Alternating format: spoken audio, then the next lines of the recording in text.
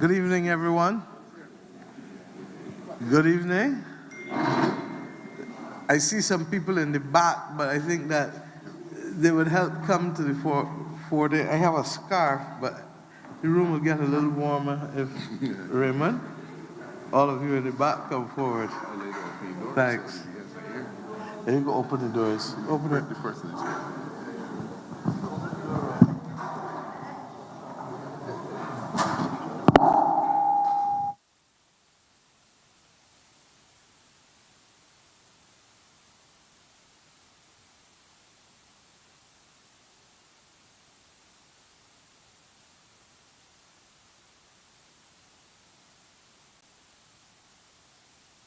So, 1 year on, good evening.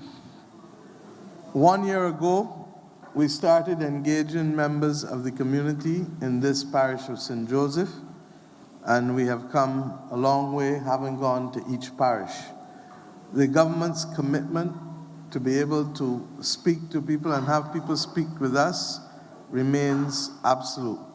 And therefore, I want to thank, on this first anniversary, the public officials who continue to recognize that we all, whether as the political class or public servants, have a duty to serve the people of Barbados, in whose name we act and whose service we put ourselves at. As a result, I want to go straight in. I need to apologize for being a little late this afternoon. As you know, today was Cabinet, and I had a number of matters. Cabinet went late, and then I had a number of matters that I had to resolve before coming here this evening. So with that apology, let me go straight into allowing those of you who have gathered here to be able to come to the fore and let us address your concerns and have the conversation yet again. Thank you for being here. I'm not sure who is first. A blessed good night. The Honorable Mayor Motley, Prime Minister, Santia Bradshaw, Deputy Prime Minister, Dale Marshall, Attorney General, and Parliamentary Representative. My name is Dolores Thompson from Melvin Hill, St. Joseph. My topics tonight concerns are on road work. Somebody help her with the mic. Road work. Just lower the mic for her, please. Road works, bridges, garbage bins, clean and green project, and water tanks. Just give us your name again, sorry. Dolores Thompson. Melvin Hill, St. Joseph.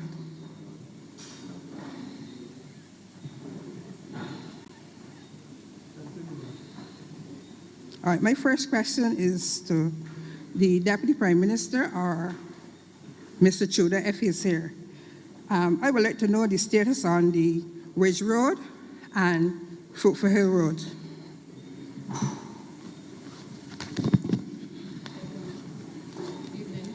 Good evening. Good evening, everybody. Thank you, ma'am, for the question. Mr. Tudor is not with us this afternoon. Ask Mr. Austin perhaps to just provide an update. As you know, some Gabion work would have been done certainly within the some Gabion work has been ongoing within the Fruitful Hill area. The work did stop as a result of us not being able to procure the Gabions. I think we would have been caught up in the issues with the supply chain, trying to get the Gabions into Barbados. And I believe that was the preliminary work to actually get the works in that area completed.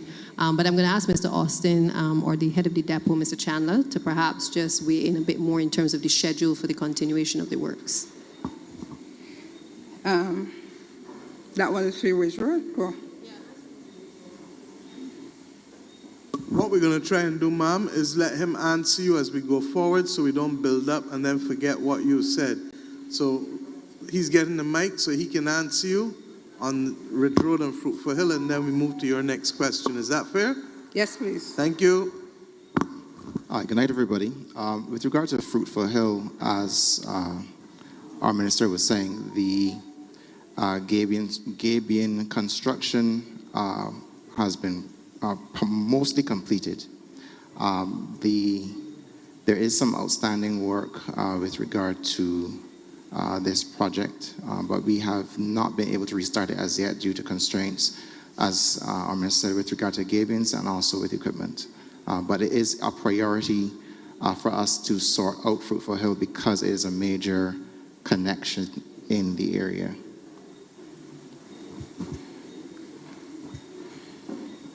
Fruitful Hill. Sorry, I was mainly referring to Fruitful Hill. You were Yes, I was responding to your comments to Fruitful Hill. Okay. When again you think? Timelines?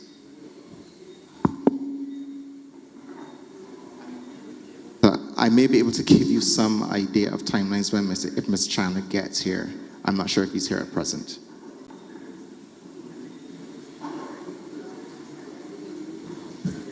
Apparently, Mr. Chandler is who, with all due respect, sir?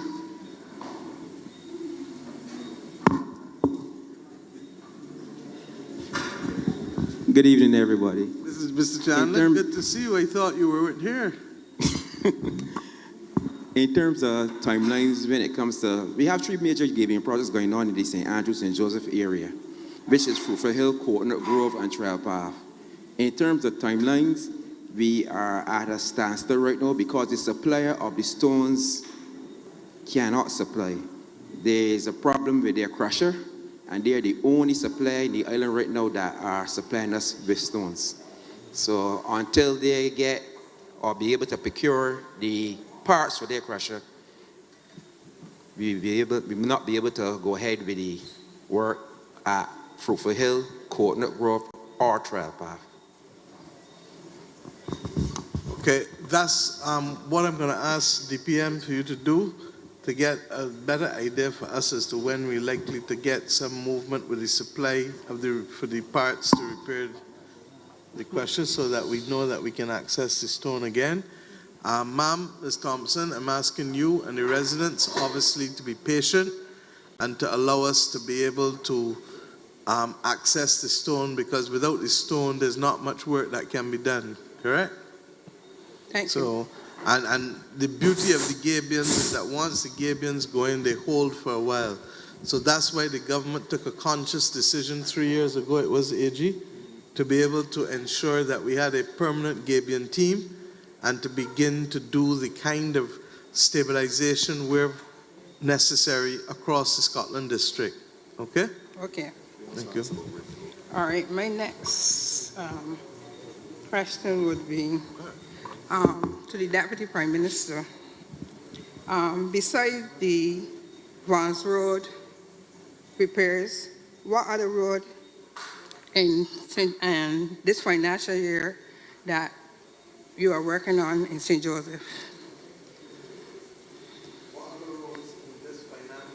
Roads in this financial year will be done in St. Joseph? If we could get any other roads in this financial year. In St. Joseph? Yes, please. Okay, thank you. Just give me a minute. Let me just pull up the list. At the moment, as you know, we're doing Vaughan's Road. That is part of the initial program under the Complant project, which would allow us to be able to, in a sense, feel out with the Chinese exactly how the road works program is going to roll out. A lot of the work that is being done at the moment is really comprising of the preliminary designs and the drawings to be able to address a number of the road works within the St. Joseph area and throughout the Scotland district. So we are prioritizing based on a number of the concerns that actually have been raised in the Parish Speaks. Primarily one being that if we don't fix certain roads, it means that people are going to be disconnected from being able to commute, or that you're going to take longer to get from point A to point B. As a consequence, we have been able to place the roads in different phases. So many people will see a number of the members of the Chinese team presently across the communities. They're carrying out the surveys, they're doing a lot of the hydrogeological testing, They're trying to map out exactly which roads they need to start on. Members of the public would have realized we've started, for instance, places like White Hill and St. Andrew, and those are all part of the first phase of the works that we are actually commencing. I don't want to give you a schedule to say which road we are starting, but suffice to say that we are prioritizing some of the roads that obviously are heavily trafficked and the ones that are in the worst condition to be able to bring relief to the people of St. Joseph. Okay, just give her a chance to pull it up. All right, so for the Complant project, we've got the Vaughn's Road. As we said earlier, Fruitful Hill is one that is going to be done in relation to the Gabion construction, so that is also going to be addressed. Coconut Grove, we have Hopewell Road. There is also Crescent to Springfield, Bolton Road off Sugar Hill. Yeah. There's Coward Road off Chimborazo.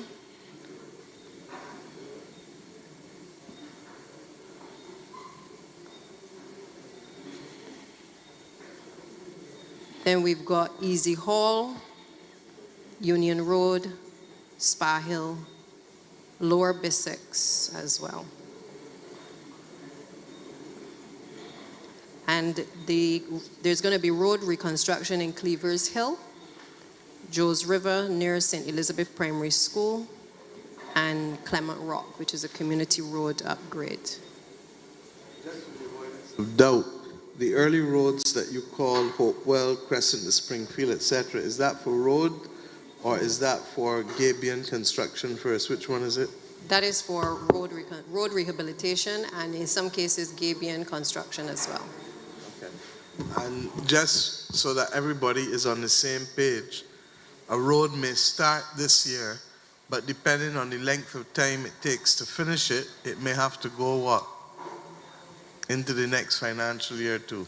So I just want us to be on the same page because I've learned to apply my heart to wisdom too and common sense and to let people know so that everybody has the same expectations when we're finished. Is that understood, Ms. Thompson? Yes. Okay, thank you.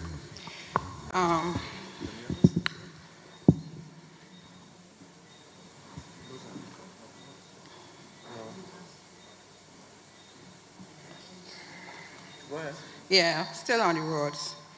I would like to see some patching done if we cannot get the roads fixed. I would like to see from Toscana to Parish Road, patch, and patch properly, not just putting the mix on the road and then beating it with the shovel. I would like to see it cut out in proper squares, put in the mix, and then roll it. Because I find that that is what everybody doing nowadays. I saw the other day I was traveling in another constituency, and I saw they're doing it the way how I would like it to be done. Cut out the square, put in the mix, and then roll it. It looked better like that, but when you put the mix there and then bang with the thing, it don't look good. Quick sort, but it's a good thing that we enjoy season. Because by the time the rain comes, everything down the road. All right, my next. If I can just respond to you quickly. So this has been a concern again that has come up at a number of the Pardon? Parish Speaks. This is an issue that has come up at a number of the Parish Speaks. And I would have reiterated the last time as well that we are investing in 2 additional patching trucks for the ministry. So exactly the issue that you've highlighted, we recognize that that is a concern in terms of the way in which the works are being done. And we're trying to move away from just having the open back trucks with the mix on it and again seeing the workers just throwing it on the ground. We've also recognized, and I'm not going to sit here and say that there are not some challenges in terms of how we supervise some of these works. And we're working on that. Prime Minister has again budgeted some funds to be able to allow us to retrain and to retool some of the supervisory staff to make sure that the oversight of the workers certainly is improved. But I think the patching trucks, once we get those, that will certainly help us to be able to do the patching of the roads better.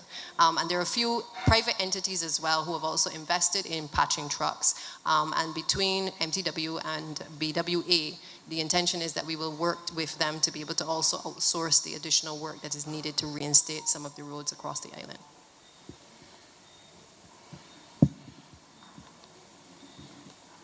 Bridges. The Melvin Hill Bridge, Lane Bridge, Branchbury, and Erie Hill. This is for Any status on the Melvin Hill Bridge? I'm going to ask Mr. Austin, who has been working on the bridge repair program, but also working very closely with Complant, to just touch on the bridges program. Mr. Austin. All right. Good night again. What was the name of the first bridge you mentioned? The Melvin Hill Bridge. Melvin Hill, right. Most of the bridges that you mentioned are under the Complant project. Pardon? Most of the bridges you mentioned are under the Complant project. Right now, I'm working up a list for the short-term repair of these bridges, because I think fundamentally safety is a concern at present. I think you mentioned Lanes Bridge. I heard somebody else mention Erie Hill. So we are going through or producing a maintenance list at present to be able to remedy, at least in the short term, the concerns with these bridges. So when the short term will begin? Well, I'm aiming for at least to have an idea of the maintenance tasks with regard to these bridges finished in about 2 weeks or so. Pardon? 2 weeks? Yeah, on my part. So the maintenance work, then we'll have to actually schedule that work thereafter. But I'm hoping that that can happen sooner rather than later. So I'm hoping before the rainy season comes back in, if we can start to remedy some of those situations that you mentioned.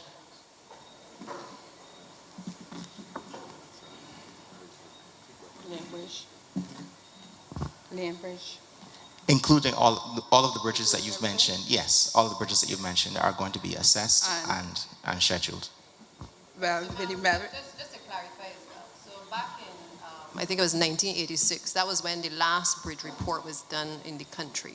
And the truth of the matter is, Mr. Austin and others in the ministry would tell you that there wasn't a lot of work done in terms of preventative maintenance, and therefore, just like our roads, there has been obviously a serious deterioration of bridges across the country. St. Joseph is no different. St. Joseph was actually included in that particular study, and what Mr. Austin is referring to that he's working on is the bridge preventative maintenance program. It is going to require, obviously, that some of the bridges are going to be done within the Complant project. Some of the bridges, Complant is really supposed to take us about 3 years. The truth is it may extend longer, given the challenges that we have with the weather. But the other bridges, obviously, we can't wait until the 3 years are up to see the progress there. And the ministry obviously has to do some remedial work to be able to ensure that from a safety perspective that we're able to obviously repair and to rehabilitate the bridges. So that is the program that Mr. Austin is speaking to. That will be done in 2 weeks, and then we will obviously have to look at the source of funding, being able to prioritize the bridges according to the nature of the works to be done. But I would like to see the Melvin Hill Bridge start as soon as possible, because if we have something serious happen, the residents in the Parks Road and Melvin Hill and Lower Parks, and we cannot get out. There's no way to get out since that the Ridge Road is not working, Fruitful Hill not working, Care Garden not working. So how are we going to get out? So you need to do something urgently with the Melvin Hill Bridge. And now on the bridge, the Melvin Hill Bridge, I would like to see it, the bush, the two sides, the trees overgrown the road, and you cannot see. You have to wait till you get on the bridge, then to see the traffic that coming from up the hill or down the hill. So just to add to that, one of the things that we've been focused on, as you know, we terminated the Ash Worker program recently. A number of the persons who would have been terminated have been doing training programs. Our intention at MTW is to hire back some of those persons on contract to be able to assist us with this same program. Because exactly the cleaning that you were talking about, making sure that the areas around the bridges are clear, that doesn't need to be done by high-level teams. That can actually be done by some of the workers who've been helping to beautify the country over the last few years. So we will address that in the short term, but the longer term is to make sure that we are able to assess the bridges properly to see where they are now, and then be able to prioritize the repairs. Okay. Next thing would be the water tanks.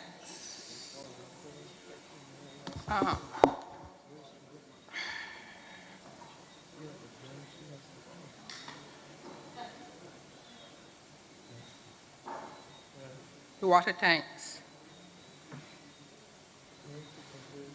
The water tanks that some people are getting. They have had a list with people's names on it. The names that were there, the other people's names that were not there are the people that get in the water tanks. And the names that were sent in, they are not getting the water tanks. And some people had the slabs, everything, but the tanks are not there. Well, ma'am, I'm not aware of what you are speaking of, but perhaps you can enlighten me a little bit later in terms of those specifics, because you're speaking general. If there are concerns in relation to persons whose names have been placed on lists that have not received the tanks, Yeah, there are people that then their I would names like you to share that were on information the with list, us so we can investigate it. and their names are not there. And people that their names were not there already have water tanks. They have people that had the slab from everything, but still they are not the tank. The tanks ain't get there yet. Okay, you can talk to me after and provide me with the names of those persons, But please. Deputy Prime Minister, you have people working in that field. So your people, your officers are the ones that should.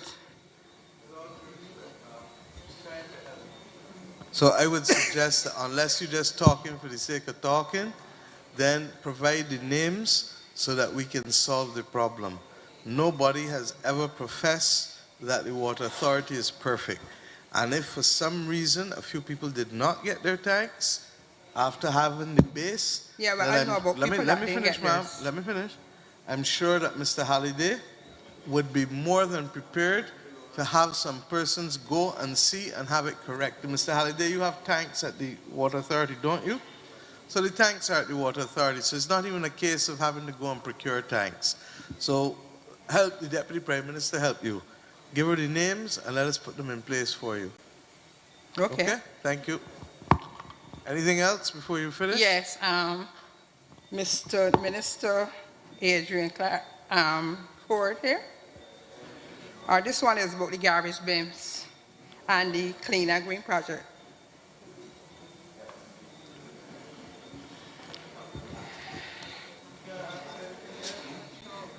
Yes, sir.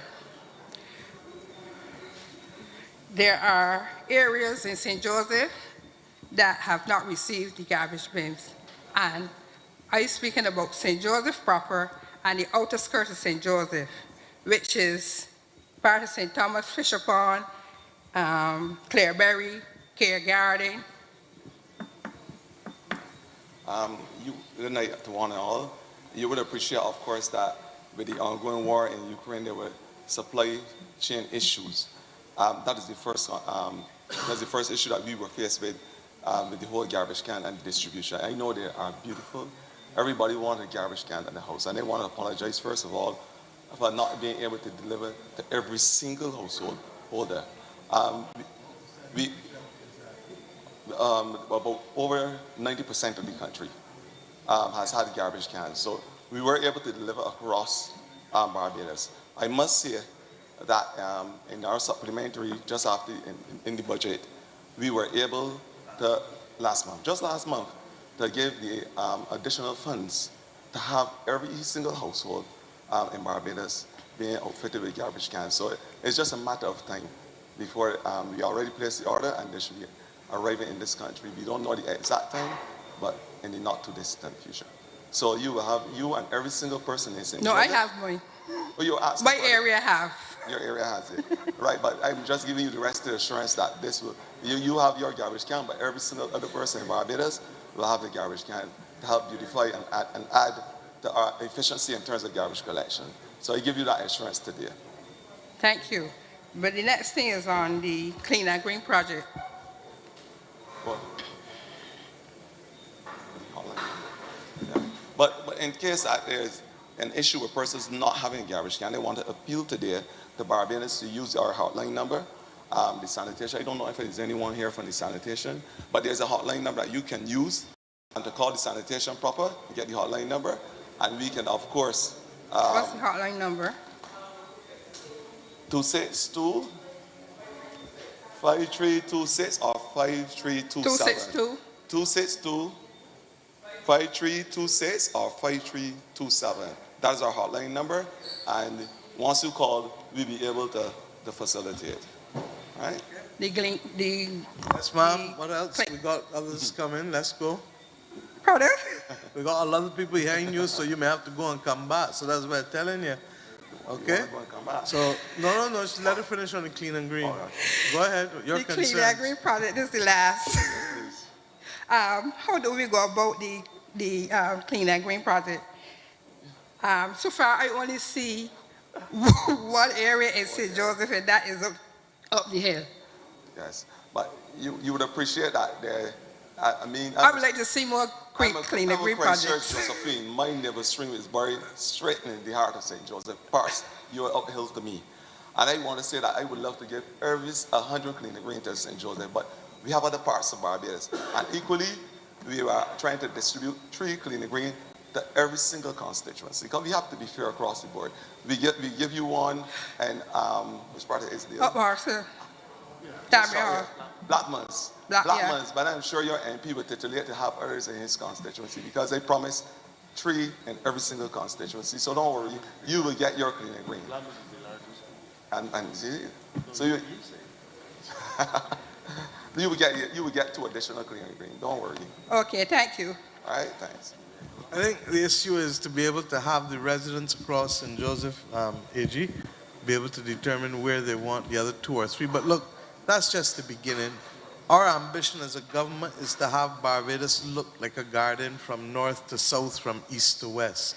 And you will hear the Ministry of Education and the Ministry of Environment and the Ministry of Community Development talking to the country soon about the landscaping of all of our schools and the need for persons to volunteer, those who want to volunteer to be community landscaping champions, so that people can work. In every community, you got people who got green thumb. Not true? In every community, you got people who love plants. In every community, you have people who are diligently taking care of playing fields. Isolation, playing field, is one of the marvels of Barbados to respect. And what happens there? I see Mr. Merle putting his hand up, but Mr. Merle needs to tell us that the person who does it as a volunteer, Isolation Road in St. Andrew. And if we can get a lot more of that, then we are in a position to make sure that every school appears to be an oasis where learning can take place and where people's spirits can be refreshed, from teachers to students to parents. So we are going to be reaching out, and we will have competitions. Eventually, every November, I propose to introduce a Prime Minister's Prize for the best landscape and kept maintained schools at primary and secondary, and those prizes will not be insignificant. So I'm going to give Minister McConney, Minister Ford, and Minister Griffith the chance to be able to finish meeting with the landscape architects and the landscapers in the country, and within a few weeks, you should have the information that will hopefully ask Barbadians to step up to the plate and help us help make this country the most beautiful country in the Caribbean. Thank you. Who's next?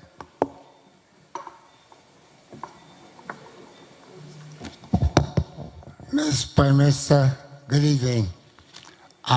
What I plan to do with the youngsters in St. Joseph is teach them electrical installation because I train in that. No problem. What's your name, sir? Casper Gamble Gill.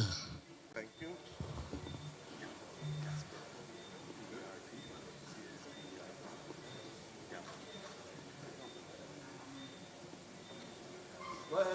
They help us to get some youngsters from off the block and teach them electrician trade so that we don't have to import people from outside to utilize the polytechnic and skills training so that they can learn electrical, plumbing, or anything, because technical thing has get very high.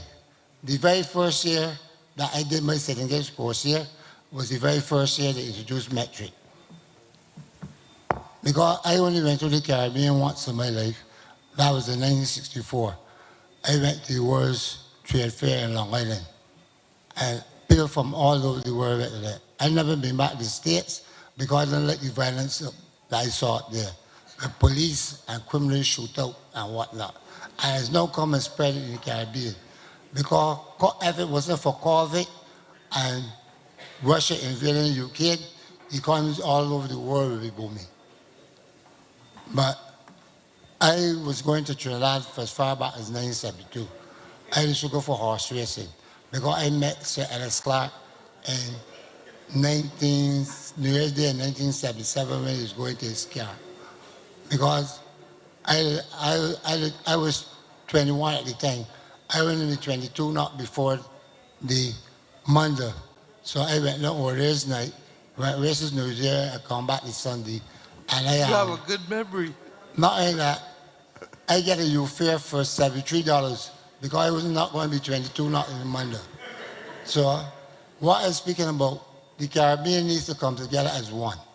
We have the Caribbean Court of Justice. But Trinidad has not come on stream as yet, although they have the Caribbean Court of Justice based in Trinidad. They're still dependent on the Privy Council. But we have to get off. I'm very glad that you take the country in the Republic because I was pushing for that far back as 1975. Because Gamble, thank you for your comments. I want to reassure you that the Construction Gateway program has been established to do exactly what you've said, which is to provide training in addition to what is available normally at the Polytechnic. skills training. Dartmouth Prescott Institute, sorry, I show my age by calling it the Polytechnic. But Institute of I Technology. went there in 1970 when I was 15 at the time. I left West St. Joseph. When I was to go back to school to do O-levels, I tell the rest of want to go to the Polytechnic and learn a trade. No problem. And at 17 was when my second gauge course here finally. No problem. What I want you to do is to be assured that we will be asking persons, all who are interested. I said at the last Parish Speaks that we want people to come forward for training because we may find ourselves with a shortage of skills if we don't have, you could have as many people without work, but if the jobs that are there are for people with skills and the people don't have the training, you have a mismatch. So instead of waiting till it becomes a problem, the government almost 1 year ago started an expanded training program called Construction Gateway that we promised to do in our manifesto, and Minister McConney is here to tell you that that is being executed. So thank you, and we will talk after, okay? Yes, please. Thank you, sir. You have a good night. You have a good night too. All the best. Who's next?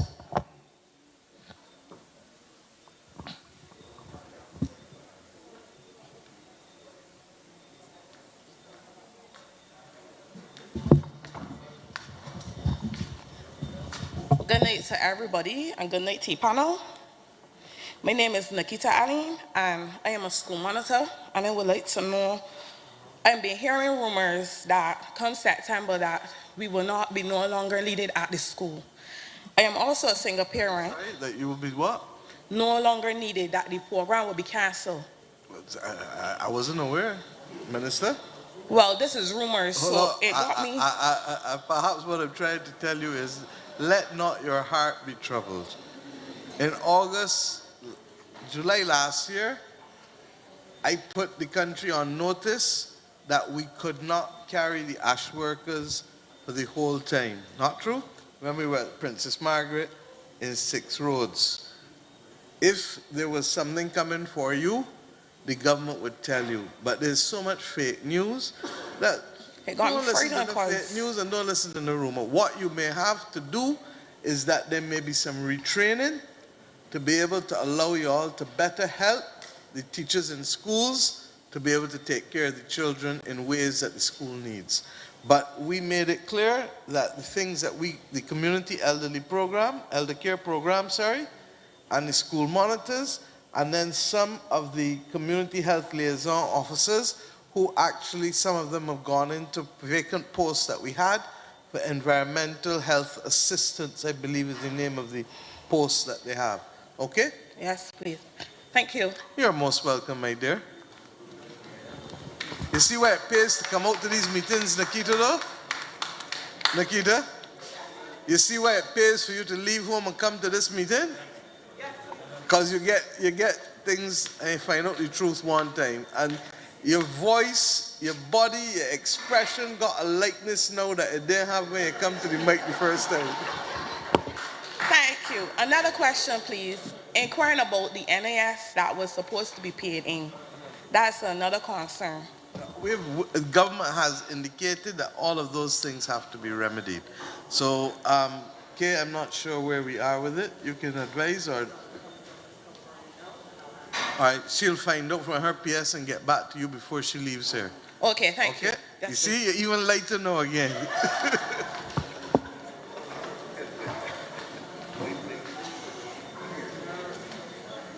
Yes, sir. Hi, good night. I have two issues that I want to address. I'm not from St. Joseph. What's your name, sir? My name is Corey Kennedy. Corey Kennedy? Yes, please. I will tell you that we are giving people priority to the people of St. Joseph. So if it's issues, Okay. depending on what it is, Ashanta, just speak to him and we can sort you out after. Okay? It's basically housing. No problem. I don't ask you to do anything publicly. PS Housing is here too? Okay, so the two of you just have a quiet word with him. It was Kennedy? Yeah, next. Who's next? When I honor the Prime Minister and Santia Bradshaw and our rep, Mr. Marshall, there are three questions that I would want to ask. What's the name, sir, again? Victor Lewis. From where? St. Elizabeth Village, St. Joseph.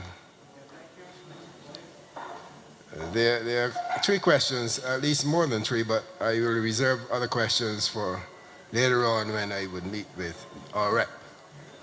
I was doing some running this morning in the area of St. Joseph, and I've realized that the Hillswick area is patched, Cleavers Hill, Beachmont, Bathsheba Stretch. But as I turned to go through 10 Bay, I realized that all the areas that I would have mentioned previously are patched with Barbara Green. But when I turned to go 10 Bay, I realized marl thrown in at least 2 or 3 holes. And as I proceed straight down to the Atlantis Hotel, all those areas down there are still with the big holes that were spoken of relative to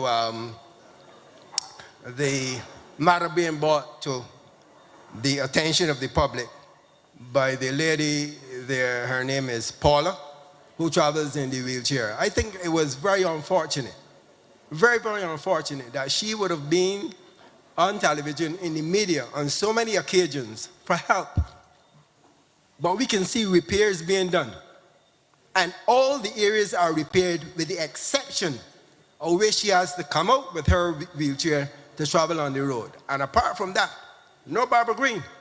A bit of marl thrown in the hole, and it is clearly there. I was just wondering to myself if that particular road from the Beachmont area into 10 Bay is scheduled for a more massive repair. But if that's the case, fine. But why can't we seek to assist her now?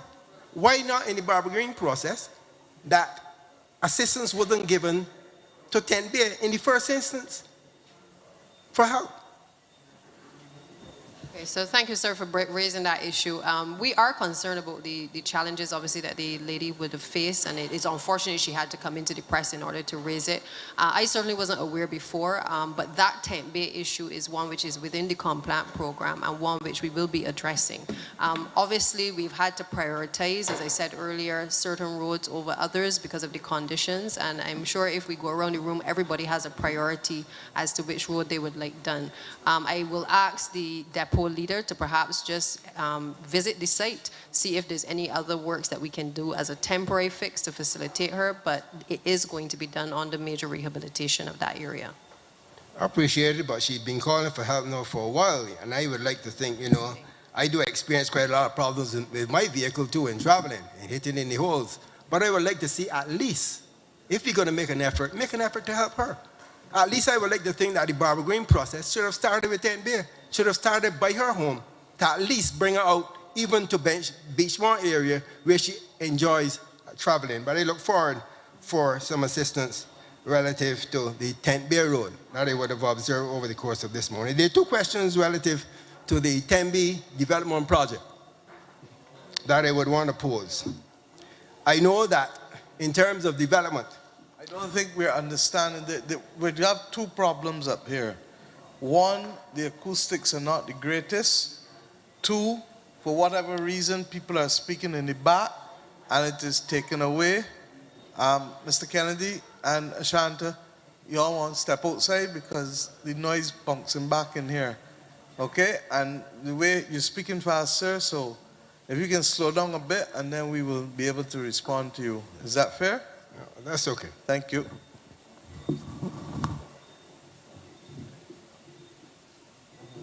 Go ahead.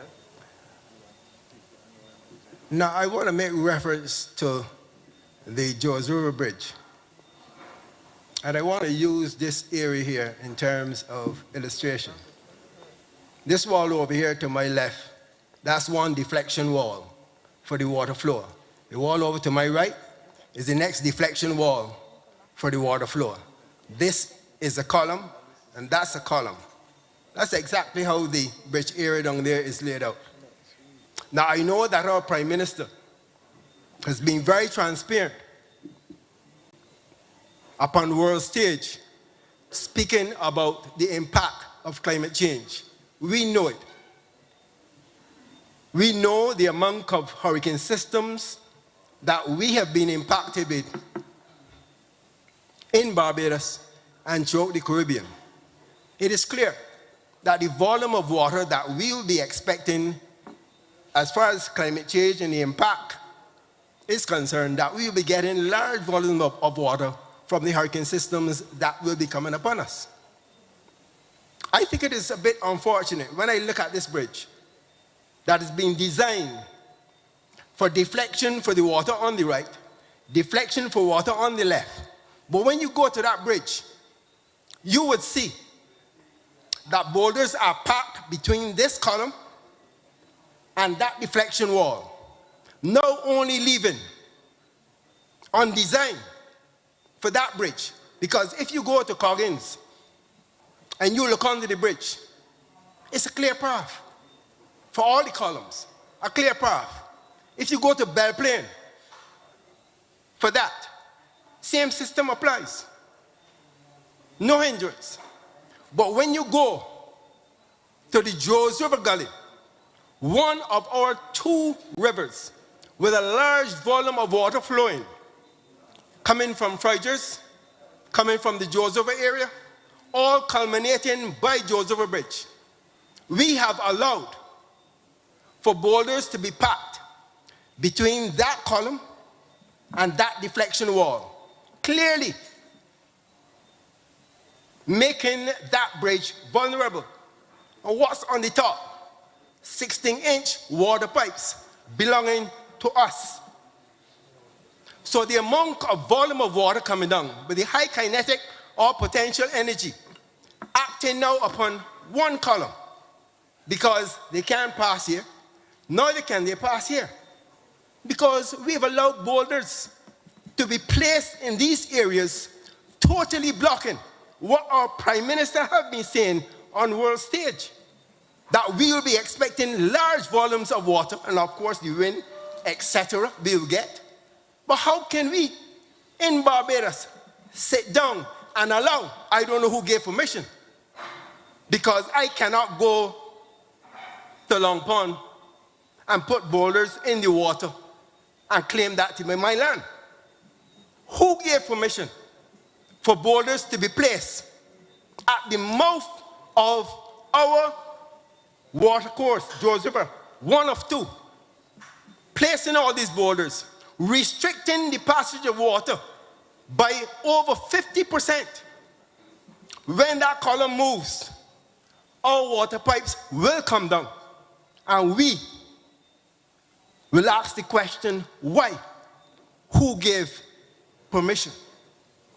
Sir, I can't answer you at this stage, but that is why it came. With all due respect, you had your say. Just let me get the others to have theirs. You want answer, don't you?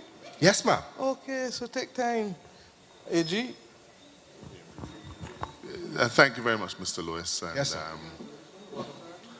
But I can say my understanding is that there was a challenge with the water main that ran under the bridge, and that at some point in time in the not too distant past, there was a problem with the main, and the main had to be fixed because of the fact that work had to be done. Obviously, the main runs under the bridge, so because of that fact, heavy equipment and so on had been taken in. The heavy equipment caused damage to the riverbed and so on, and I am told that when the issue was raised, that it was the Water Authority that arranged for a revetment to have been put in, and I think those are the boulders that we're speaking about. So I don't know when you say that we allowed something to happen. I'm not sure what direction you're going in, but that is my understanding of how that situation arose. The question is, what, if anything, would be done at this point?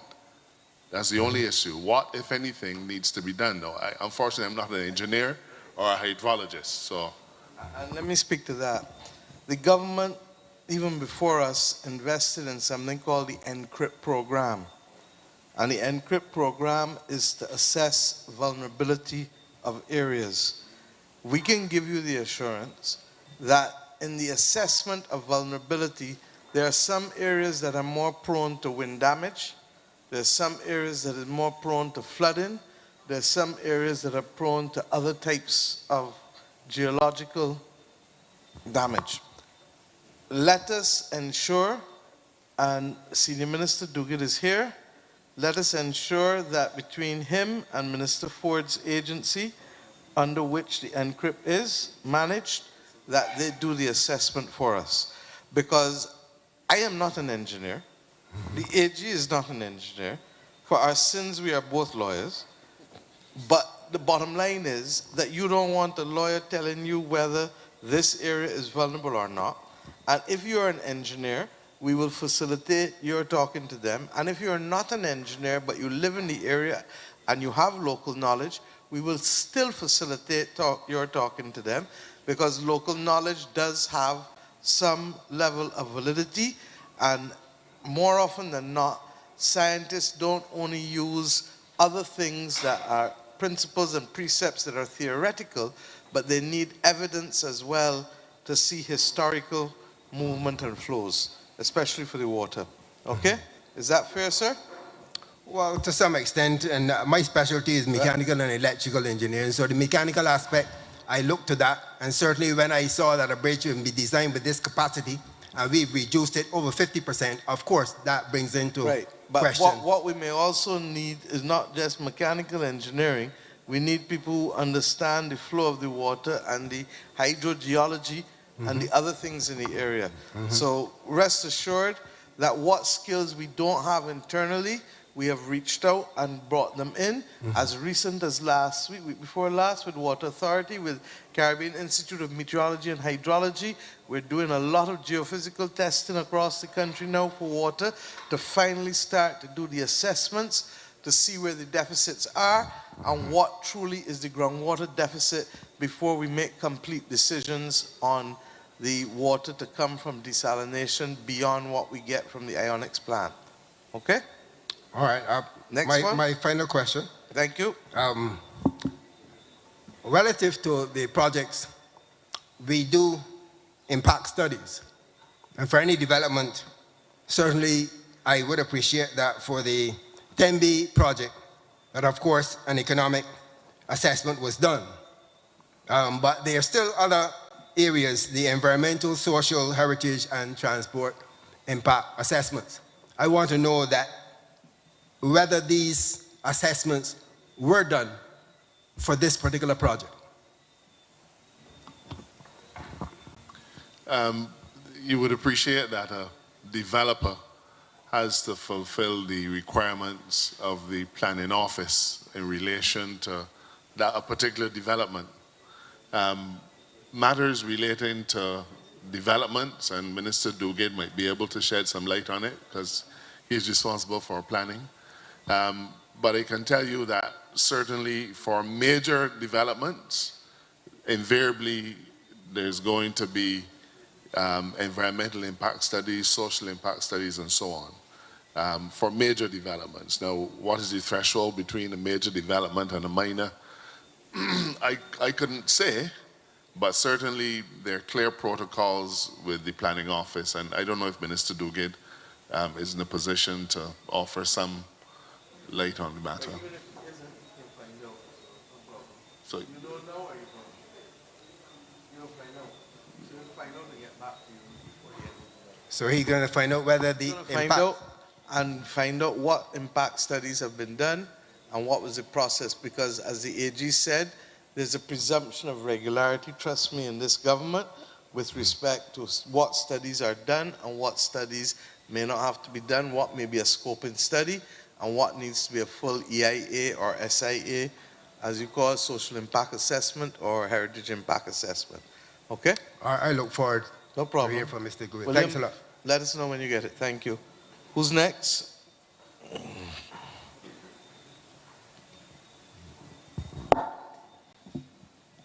So, good evening to the panel. Good evening to everybody. My name is Heather Kelman, and I had a couple of questions. One first, I want to, how to call it? I want to be a face. I want to be a face to mental health. And I want to try to start a kind of forum to like change Barbadians' perspective on mental health. In 2019, I was diagnosed with depression, chronic anxiety, and panic attack disorder. I don't understand it. I still don't understand it. I just know the effects of it. I got diagnosed with that after leaving Barbados, reporting that I was raped to the police, and they told me that you want to be a man, so take man. That's one part. Next thing is that I want to say about is I have a very serious problem with the care of the elderly as it pertains to the state in the Queen Elizabeth Hospital. I believe that there's a pandemic in Barbados, and it's not COVID. The pandemic is the care of those hard-working men and women that have labored and built Barbados to where it is today, one of the #1 tourist destinations in the world. I have been an ambassador to Barbados, not by getting that name from the government, not by getting that status, but from driving and doing tours in the Bridgetown Harbor. And today I am proud that even though I live in America for just over 13 years, that still to this day, every single tourist season, some other taxi driver out the Bridgetown Harbor calls me because of a returning tourist that wants to see me or wants to talk to me. So I am proud of that.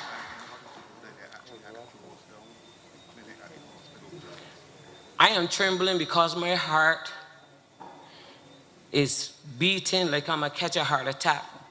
I am not good at public speaking, but I have to come here today. I have to come here today and ask Barbadians to help me rally. Help me to rally with or to create change in Barbados as it pertains to the care of the elderly at the Queen Elizabeth Hospital.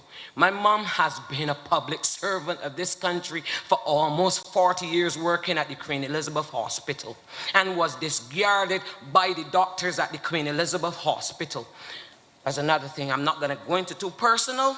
I'm going to explain that because I know you don't want me to go into nothing personal. I'm going to want to talk about my business for my That's sisters. true. So let's just Good. stay focused. But I hear your point. Let me help you. I hear your point and your concern about care of the elderly. And I give you the assurance that and I believe that Mr. Morris has already Yes, helped Mr. Morris with has you. already spoken Exactly. to me. And some things happened.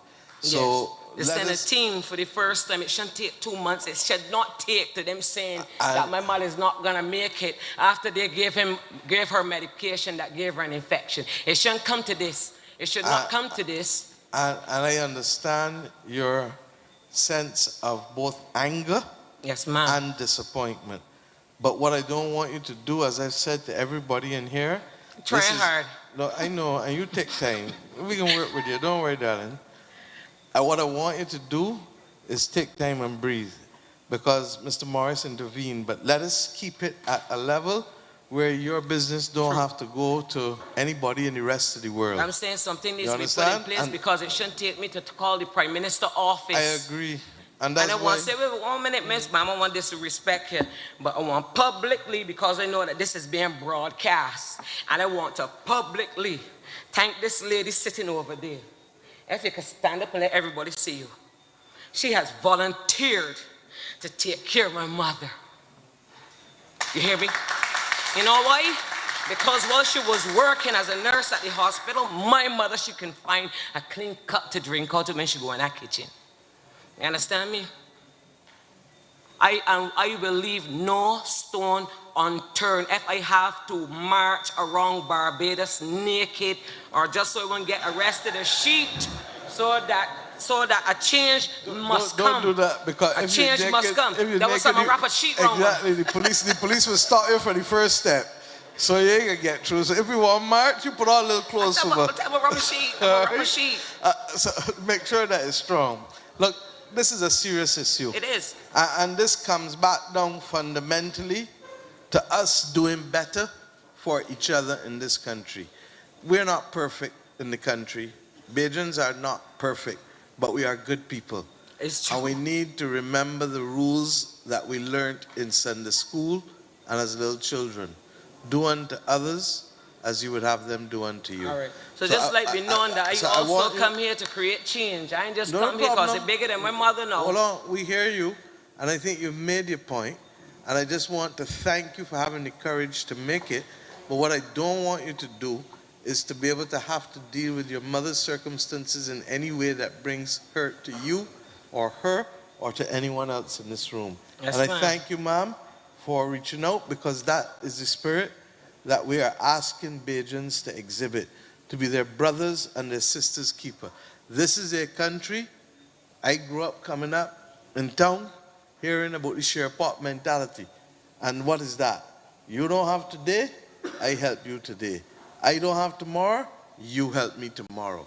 And that is what has allowed many a family to get through in this country for not now, not since independence, but long time. And that is the definition of both being caring and resilient. So I thank you, Heather, and ask you, therefore. Yeah. And the AG is reminding me that he is in the process. In fact, you can speak, AG, yourself about the legislation that is about to come. It is more Minister Humphrey than mine, but if I can empathize with you for 1 minute, and I join you in respect of the issue of mental health. My father developed dementia, and you know, there's a Heart and Stroke Foundation, there's a Cancer Society, there's a society for everything, there's a Diabetes Foundation. I could not find anybody to talk to about what I was experiencing, and I've come to know that there's hardly a household in Barbados that does not have to deal with some form of mental illness. And I really feel guilty. As a little boy, we used to say, we used to say unkind things. You know, you would see somebody walking the road with a funny gait, and we would make sport at them, not understanding that this is not something they can control. This is really mental illness manifesting itself, and that we should be more sympathetic. So let me begin by saying that. And you know, I agree with you 100%. In relation to the care of the elderly, a care of the elderly policy is being worked out by the government. We recognize that there's a significant challenge before us. A lot of elderly people are exploited, their property is stolen, all manner of things happen. And we do not have a proper legislative framework to protect the elderly. And Minister Humphrey has already begun to have the consultations and dealing with all the stakeholders. And this will, I expect, before the year is out, bring us a new piece of legislation which will focus on care of the elderly. Secondly, our Mental Health Act dates back to the 1940s. Okay? Explains it. And you know, like we have 300, almost 400 pieces of legislation on our books, but many of them date back to colonial times and immediately post-colonial times. And we've begun systematically changing them and updating them where possible. For example, our anti-corruption legislation dated back to 1929. So we had to fix that. And we've been systematically going through our legislative instruments to see what needs to change, what needs to be updated, so that we can make them relevant to modern Barbados. But I'm happy to say that I'm happy that your mom's circumstances have improved. Please give her my regards. And I think you can expect to see significant change in how we are required to treat the elderly in accordance with the law. Okay. I'm sorry, I would add to that, the Mental Health Reform Commission, Minister Walcott, we've had a different thing. I've just come back from Trinidad. In fact, the AG and myself in the Heads of Government Summit treating violence, that treats the violence as a public health disease. And what we realize is that throughout the entire region, we just simply have not moved fast enough to modernize the mental health treatment and laws, and we're now working to be able to do so. The next point is this, is that if you've been following a lot that people have been talking about and writing recently, they have shown that since 2012, since certain forms of social media became accessible in 2012, that the incidence of mental health disease has increased significantly. So we hear you. I thank you for your courage and being able to share why you feel so passionately about this. And as the AG said, we're giving you the assurance that from the perspective of both the, and let's get real, you know, the numbers for those who suffer from some variation of mental health issue is 1 in 3. The Minister of Health keeps reminding us of that. And to that extent, therefore, it means that there has to be that tolerance level. And I want to salute the AG too, because he didn't have to share his own experience with what he had to go through as well. And that's why we're working with a number of people quietly and some not so quietly to be able to bring about the changes. Okay? Thank you. And this is one big family. We're going to make it. Ma'am, I got one last question. I think the AG may be able to answer it. My question to you, sir, is, I mean, what are the, I'm trying to put it without attacking, I just want to create change, you know. But, okay, so I live overseas. So, I know that my passport is the government, as the property of the Barbados government. I've been trying to get a passport from 2021. Even the police in Missouri saying that my passport, the Barbados passport, is government property. So I actually, because it takes for this for me to get an emergency document to get home to my mother, because I can't get a passport from the embassy, the consulate. I've spoken to all in Washington. I can call names I don't want to, every single one in Miami, all over, and they're saying they won't do nothing. They can't do nothing because I need a police report saying that it's lost or stolen. But you're a Bajan, right? I'm a Bajan. Okay. So Minister of Immigration is there at the back, Minister Abrams. Go and have a quick word with him, and he will tell you what the steps are that you may have to go through in the event of something being lost or stolen. And why is that happen? Because across the world, there is a vibrant trade in passports. And therefore, people need to make sure that somebody is not that we're saying that you did that at all. And I believe you because you have been so honest and sincere on everything tonight that I really do believe you. But also, if we need to help you do the stage that they need to satisfy the immigration department here, Minister Abrams is going to help walk you through that. Yes, okay? ma'am. Yes, ma'am. Thank you so much. And between him and Mr. Morris, who you know as well already. Thank you. Okay? Thank you, my dear.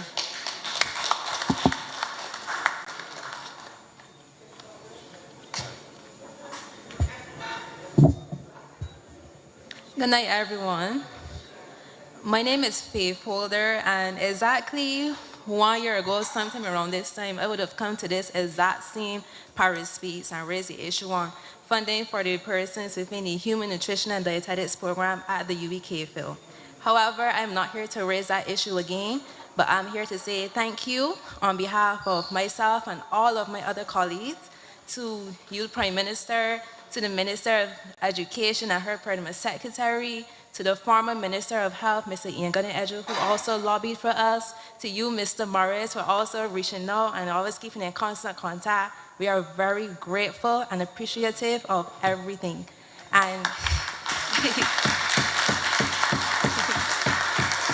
and seeing that there is a great need for our profession, this course is filled with persons who are dedicated, who are ambitious about getting on the ground and helping Barbados, not only in the management of NCDs, but also in the prevention of it. And as we did many field trips, we went into schools, went into the community, and we see the need. And we know that there is a need for our profession. So we are just very thankful that we have this opportunity to continue our education and hope that many other Barbadians, especially the young ones like I am, will get into this profession. And thank you so much. And Prime Minister, you have told me the last time that I can sleep well. But no, I can definitely sleep well. Like, all of us can sleep well now, knowing that this is covered. Well, so we're very let's grateful. put it this way. If I told, who was it earlier? If I told Nikita that she was walking lightly, you are floating. and I really am happy that we've been able to cure that difficulty and to make the difference. Look, Barbados has an epidemic with diabetes. Don't fool ourselves. And a large part of it is as a result of our diet and our lack of exercise. And we therefore do need people like you to play a role in helping to educate the average Barbadian how they should maintain their diets, especially as they get older. But the truth is, if we start in the primary schools, a habit once developed will carry you for the rest of your lives. And I know that the Minister of Education has taken time to ensure that the school meals program has been reviewed to be able to look at the nutritional value. I know that at the level of government, in fact, that we put an excise on the sugary drinks, and I have given the Ministry of Health until the end of September to deal with the issues pertaining to salt and the use of salt in our diet. What I'd like to say to you, and I'm going to be a little mischievous now, because you know that when the government of Barbados pays fees, that under the current program there's something called Operation Give Back.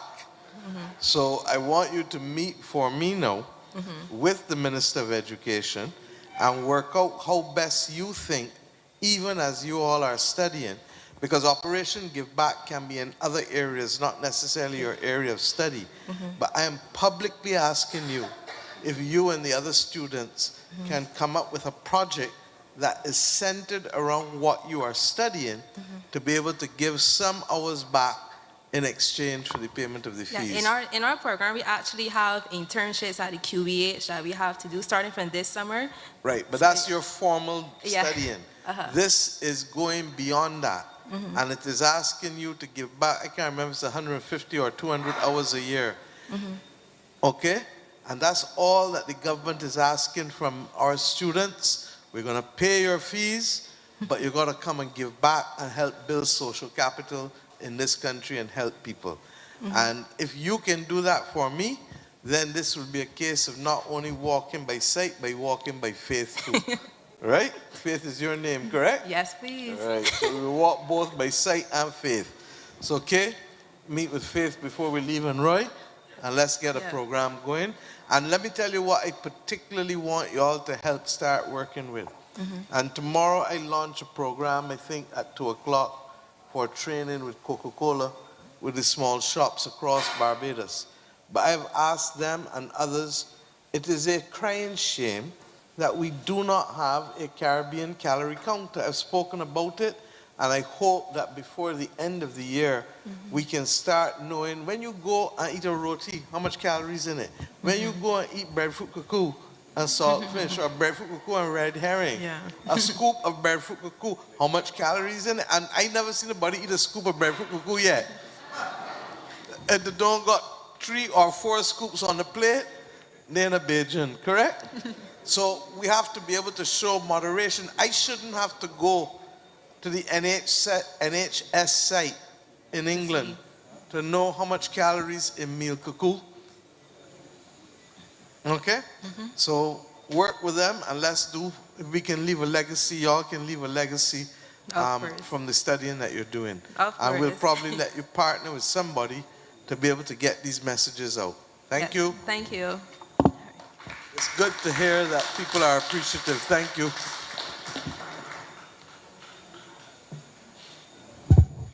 Good night. The Corsi Hall is my name. I think it was last year or when we had our first St. Joseph speak. And I'm wondering why we come back with another one. Because to be truthful, I've not seen anything done as far as the road is concerned in St. Joseph. But that's not my pet peeve tonight. My pet peeve tonight is about those Trident ID cards that we have in Barbados now. And the reason why I say that is because I have an old mother home who is 94 years old, suffering with dementia, cannot hear, and cannot move around. But yet still I'm hearing that the 30th of June is the deadline for ID cards. So let me stop you. One of the reasons why it was late this evening is because I was dealing with that issue. And tomorrow I'm dealing with it again. So there will be an extension. So you don't have to worry. And in fact, all you've done now is to cause me to ask Mr. Morris. I think I wasn't planning to do it, but you're going to have to come to the table and also be able to report progress, because I don't want Bajans to feel, first of all, that everything can happen in 12 months, because I am not God, and this government does not pretend to be. But we pretend to be good stewards of the public affairs of this country and responsive to the people where we can. So I'm going to ask Mr. Morris to report on what happened in the last year, recognizing that, as you heard from the Deputy Prime Minister with respect to roads, that a lot of the program in roads is going to start this year, because under the Complant program, you can't just come and do a road without doing the geological surveys, without doing the engineering plans, without doing the costing and all of that. So the work is going to come. So I beg you to hold strain with us. With respect to your mom and the ID, don't stress. It is not only my mom. I got about 2,000 old people in the area don't stress. that have that problem. Don't stress, because we're going to have to extend the date. But what I'm trying to tell you is that the supplier of the cards as well is not in a position to deliver any more cards for us before the end of May, it is? Or June, I can't remember. But I think the government should not put a deadline on it. No, but my dear, a deadline had to be on it initially, okay? Since we have run out of stock, and they also have run out of stock from who they were getting it from, okay? You hear us keep talking about the disruption in the supply chain. It is real. Okay? And all I want you to know is that because of that, the government is going to take the decision to extend. The paper came to Cabinet this evening.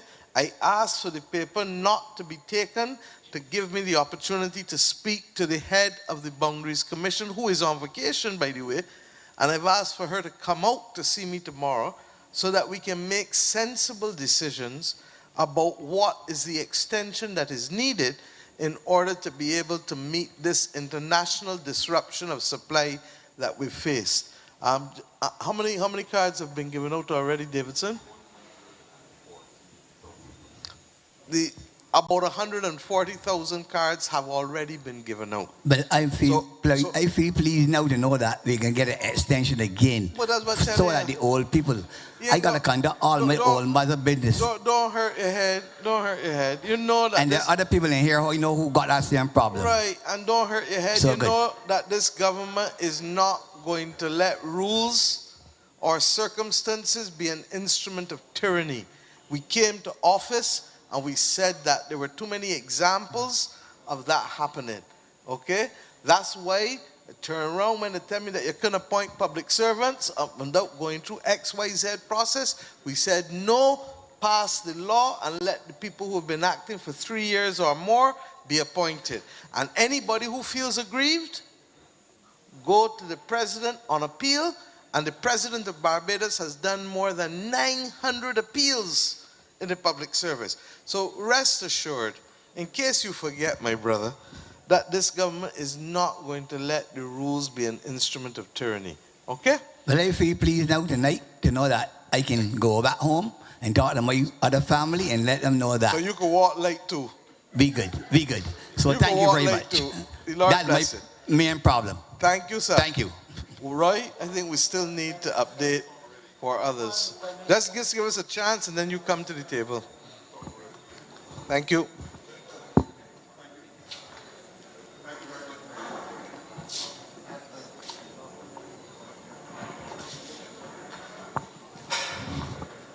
A blessed and a pleasant good night to You everyone. hold tight, sir. Mr. Morris is talking and there's a gentleman who is before you. So just hold on. The chair is next to the mic. Apologies. No need to apologize. It's just that the mic that he has isn't working. Here, use this.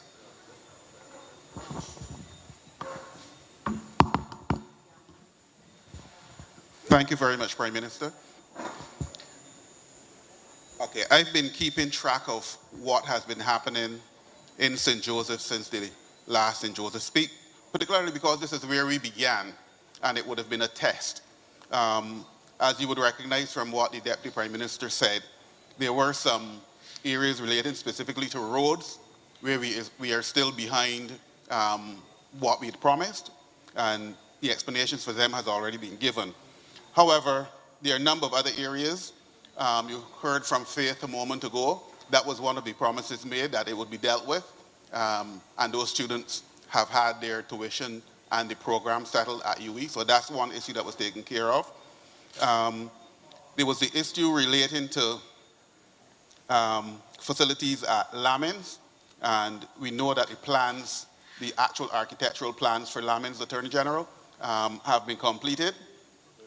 For the pavilion, right, at Lamins, they have been completed. So the next phase would be going into actual construction and such like. Garbage cans, you just got the explanation on that.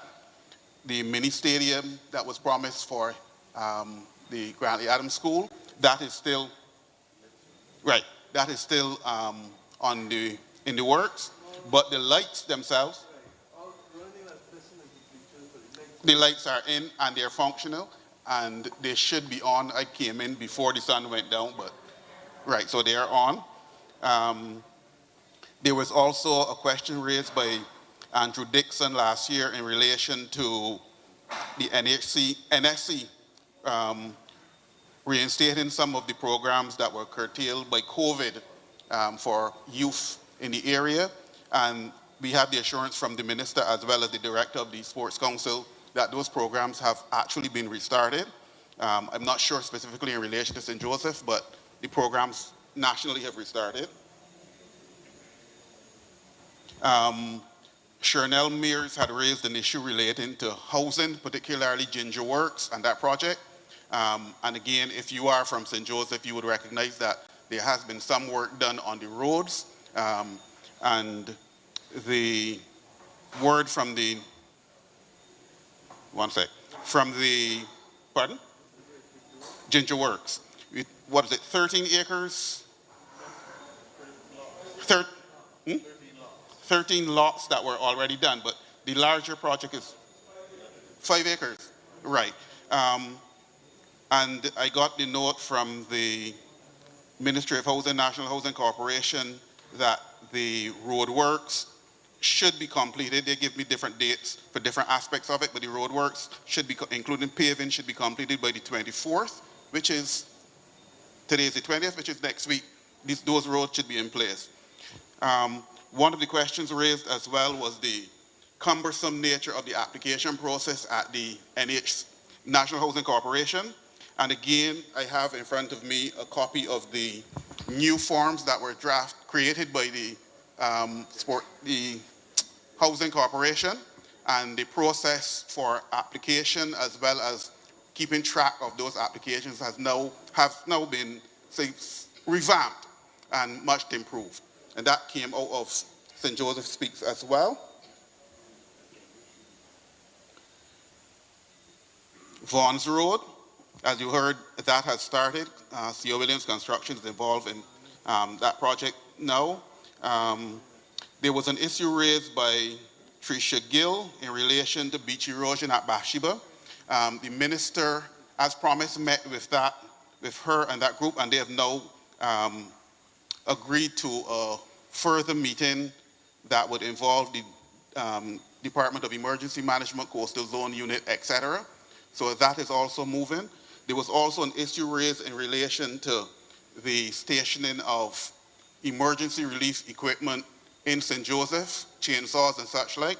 And I have word back from the Department of Emergency Management that there is in fact a bin that is available to the DEM and station at the Eric Holder complex. That has equipment in it, but that equipment is going to be upgraded, and not just upgraded in terms of the type of equipment, but the volume of equipment in preparation for the hurricane season.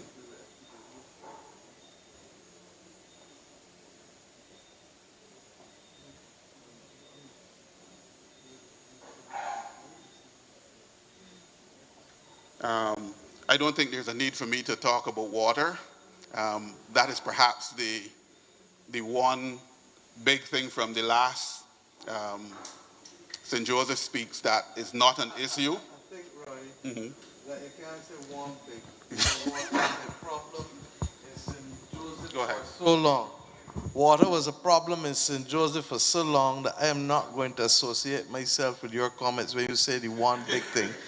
It is the most fundamental and major achievement to bring water to the people of St. Joseph. The people of the Water Authority have had to take licks year after year after year after year in this school hall and elsewhere.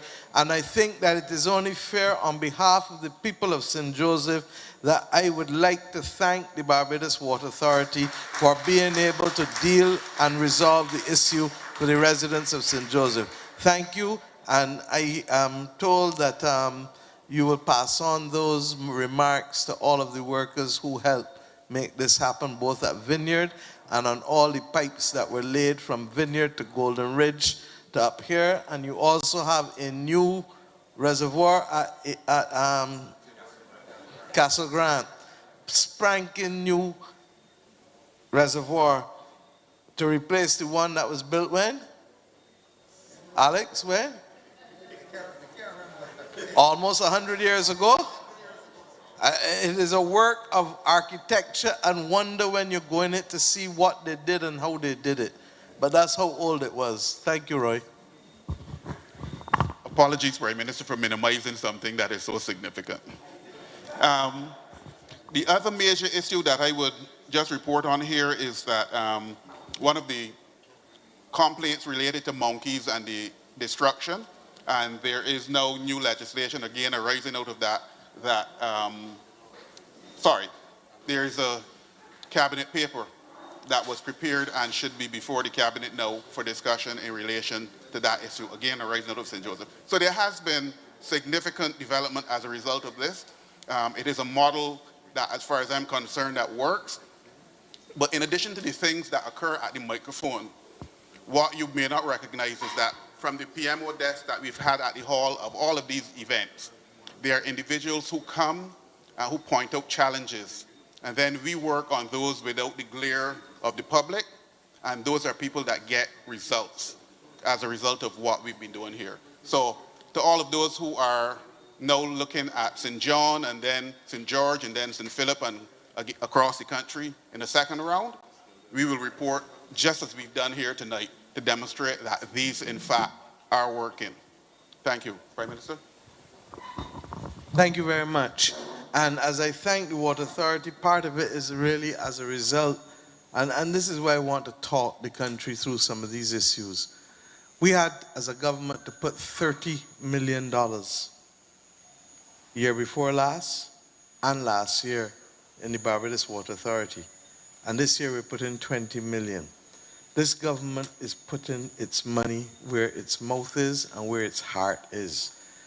I wish I could just literally wave a wand and solve everybody's problems. But life is not like that.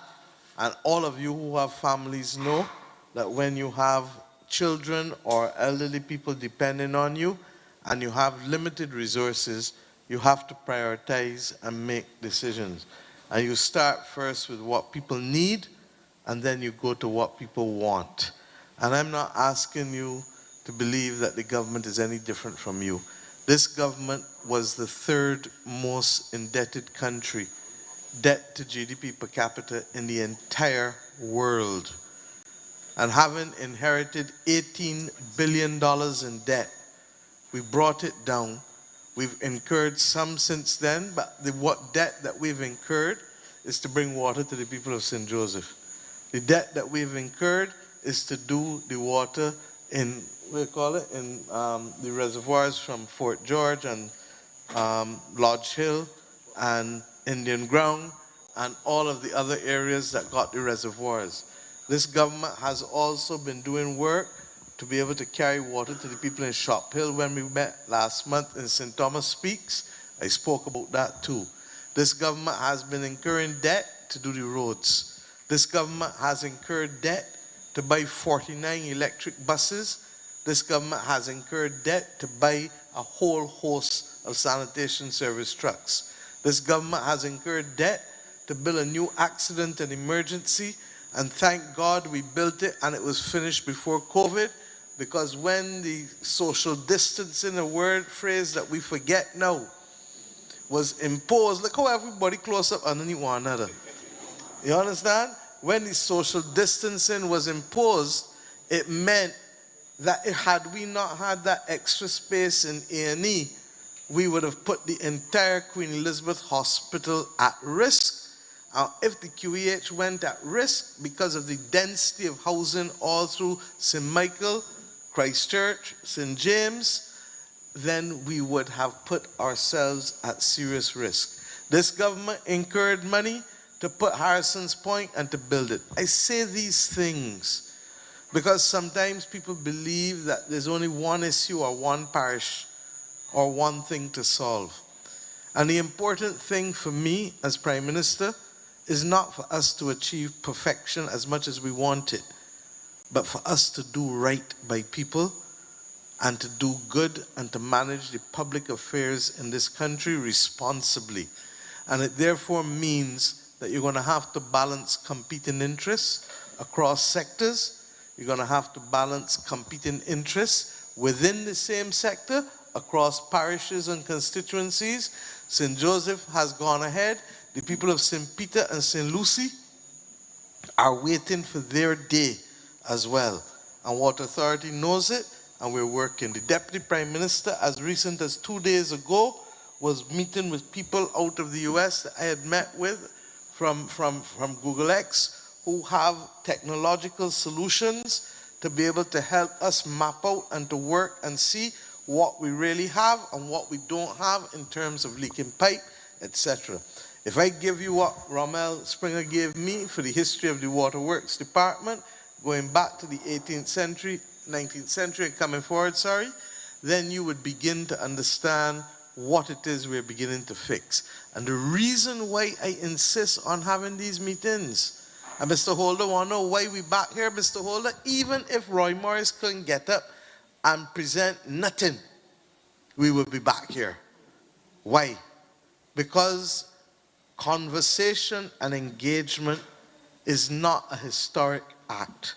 It is something that must remain constant and continuous, and the things that we may feel are a problem, other people may come in here and highlight things to us that we need to hear.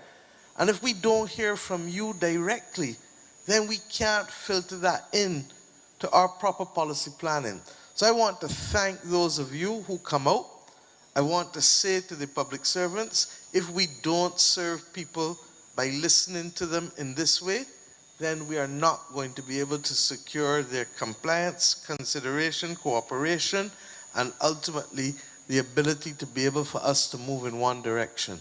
And I hope long after I leave this job that people will continue, because this is democracy in action. And when we said in our covenant of hope, not even in manifesto, I showed it to Santia Sunday morning again. In 2016, approved by our annual conference. In 2015, deep in opposition, that we're going to come to the people, parish by parish. That was the exact phrase I used. We got messed up in the early days because of COVID. As soon as COVID was out of the way, we've come and we've started it. And I hope that the People's Assemblies, which Minister Humphrey now has to work with Cabinet Office to make a reality during the course of this fiscal year, by the end of this fiscal year, that will allow for more people to have a say and to participate. Let us make it happen. Sir, you wanted to be, there were two of you. Thank you. Hi, good night, one and all. Just had a quick question here. Your name is Matthew Hinkson. Sorry? Matthew Hinkson. In reference to the government's plan to build 10,000 houses. Where are you from? Cleaver Hill, St. Joseph. Yeah. Yeah.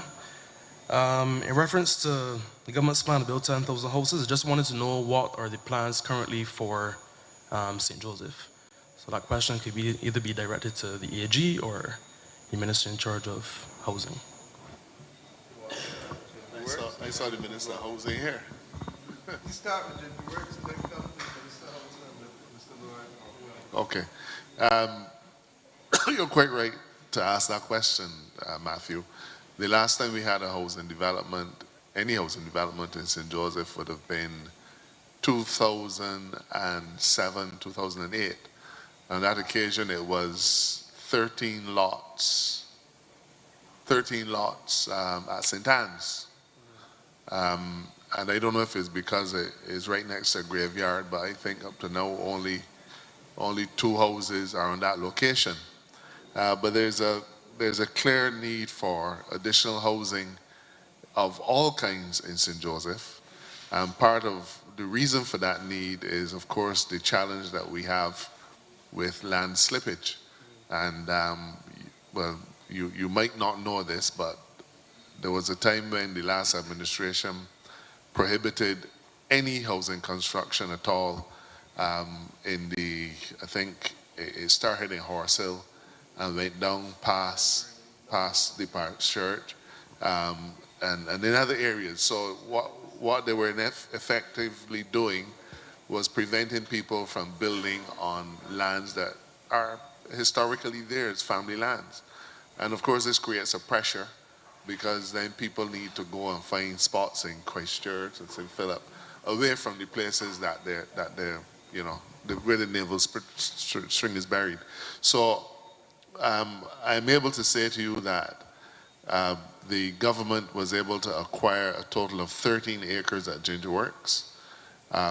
3 of those acres is being used for three of those acres are being used for the relocation of Elsa victims. That work is in progress. But I think the greatest opportunity for us will be the additional 10 acres. I'm not sure what the number of lots will be. The Minister of Housing will be able to give those specifics. But the idea at Ginger Works for those 10 acres would be to fill a variety of needs. As you might know, a lot of people still want to be able to rent a whole spot so that they can build as they can. So we're hoping to dedicate some of that acres for that use. And then, of course, there are others who will be able to buy a house spot and build their own property. So there's some available for that as well. And then there's a possibility of other parts of the government housing program being included at Ginger Works. But it's the first housing project that we will have had for a long time. And I don't know if there's any other details that the minister might be able to offer in relation to housing in St. Joseph. But how many lots will that provide, Mr. Lord?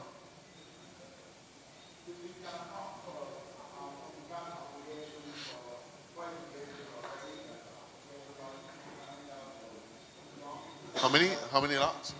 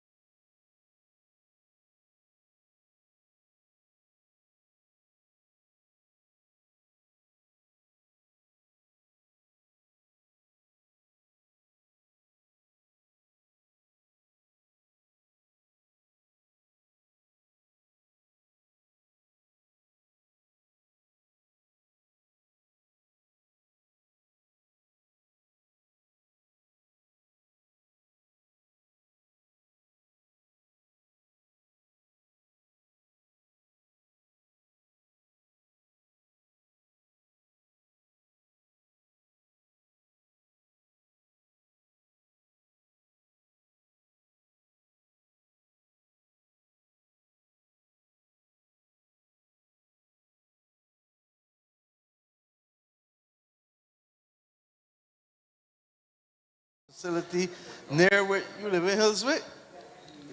And the facility in Hillswick too? Well, on the no, other I want side? nothing in Hillswick. But you're an architect, so you see the wonderful thing that has replaced up there. So you know that come, but I take your point. I only pray to pull your leg. Well, I want to wring your hands. When you wring my hands, and they can hold you to the Hold fire. where? Oh. Because you gonna offer to do to help Minister Ford and do the location and the design for the public latrine. Certainly. I volunteered for Barbados all my life. I ain't only teasing you. I wouldn't do that to you. Bottom line is, though, I think that Adrian is making a valid point, and you have responsibility for the beaches. And in the same way, we have a public convenience the other side by Diner Shop, restaurant, behind at the back of the restaurant. We probably need something there by the soup bowl, in truth. So look and see. The problem is I don't know whether we have access to land and what we can do. Dale? Thanks very much, Steve. And that is the problem. As you know quite well, Steve, soup bowl is a very small area, and all of the lands on the land side of the road are privately owned. But the truth is that it is often an embarrassment for us, especially when we have surfing. You have international surfers coming down, and there's no proper place for them to change, there are no proper toilet facilities, and so on. I have previously acquiring a parcel of land in that area, and I think that it would be a good thing. It would provide maybe a surf shop, public toilets, and so on, not just for the bus drivers, but for the many people who frequent the area just for normal leisure. So I support what you're saying, and I'm afraid I've bent the Prime Minister's arms so much that it almost break off. But I'm willing to first a little harder. I'm willing to push a little harder, see if we can find the money to do an acquisition and then come up with a project. Yeah, I agree that I actually thought about the acquisition, the area where the building burnt, where the erection of that tent is done. I believe that from there almost going northward, that can also be to sort of improve the bit, because what happens is that the surfing group or organization, every year they have to come and sort of excavate at the side to put erect the plastic toilets. And I think that it is high time. It's high time that we see something spectacular, and I think that it would be an added tourist attraction, and it would help persons to probably a little boardwalk at the side, Adrian, right? That we can have some of the people bring some snowball machines and ice cream, cotton candy on weekends, and help improve the area, right? And I think that those are my 2 points. Thanks. Right. Okay. Michael, you're from St. Michael, right? No, ma'am. Sorry? No, ma'am. Huh? No, ma'am. Mr. Dale Marshall could tell you where I am from. Who's from? Okay. But you living up here? Yes, ma'am. I didn't know that. I know you as a St. Michael Northwest man. So I was about to tell you that because we have to move tonight, we can close off, and I will talk to you separately because we're not doing St. Michael tonight. I tell you that I am from St. Michael. I know you live in St. Michael. I went to school right here at St. Joseph. This is not where you went to school, Skipper. Come. No, ma'am. Michael, I'm from Fisher-Pond, St. Thomas. I know it. Mr. Dale Marshall could tell you that. I know that, but you're not here for that. You and I both know that. So ma'am, you could foresee what I come to say tonight, ma'am? No, but it is not for people like you from town to come up here. We ma'am, already. My address is in Fisher-Pond, St. Thomas. Mr. Sir, come. Let us get real. If I knew you were coming here... Ma'am, you got to be honest and fair. And I am going to be fair, and I don't know you as a St. Joseph man. Well, let Dale Marshall tell you where my roots is in Fisher Pond. We are not talking about roots. You said it 3 times. I've listened to you carefully. Your roots are in Fisher Pond. You are born in Fisher Pond. You have never said you live in Fisher Pond. Live in Fisher Pond. With all due respect, Michael. I live in Fisher Pond and my business is from Fisher Pond. Thank you very much. We'll see you after. Okay, thank you. Come, Marilyn, St. Joseph resident, come. Good night, Madam PM, my MP, the rest of the head table.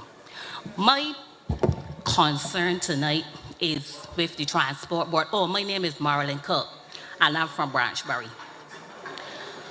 Our Sugar Hill bus. Anybody from the transport board here? Oh, Lord, I'm glad. We have outlived these top ZRs.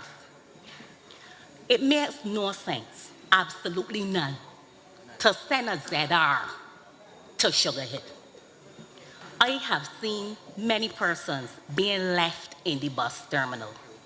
When our bus, the Sterling and Blackman's tenant, I live in Branchbury, a stone throw away. When that ZR get in Branchbury, the bus full. We barely have the bus. It is time that somebody get low sense because they ain't operating now right now. And sometimes in the bus terminal, you may not get a 1 o'clock bus. You ain't getting a 2. The 3 gonna come. You know they can still send us ZR? What sense is that making?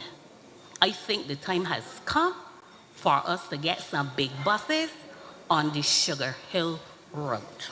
Because if it leaves me now in Branchbury, it don't make no sense going down in Erie Hill, the people in Prout, nothing so. So when a bus, to me, they're just sending a bus, or a ZR, so you can say, well, want to get a bus. And it is absolutely ridiculous. So I am pleading with you, Madam PM, because I know you just get things done.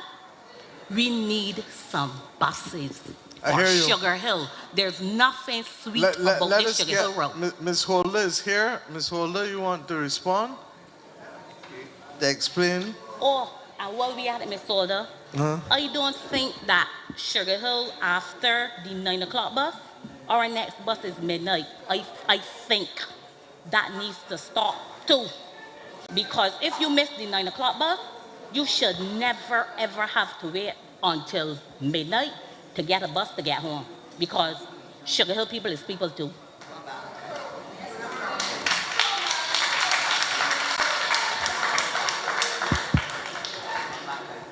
Good night, everyone. Okay, so I've heard what Marlon said, and she hasn't lied. We have been sending ZRs up here. But we've been sending ZRs because at the time that is usually the problem, which is between 1:32 and 5 o'clock. Hang on. Give me a chance. We know that we are having a problem up here. I accept we're having a problem up here, and we're working on it. We will try our very best to improve the size of vehicle, but we are suffering with challenges of our capacity, and capacity as in how much vehicles we have on the road. You heard the Prime Minister say there were 49 electric buses purchased.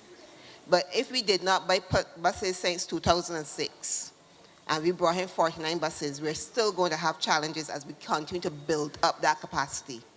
We have been told about the Sugar Hill issue, and we accept that we have to fix that.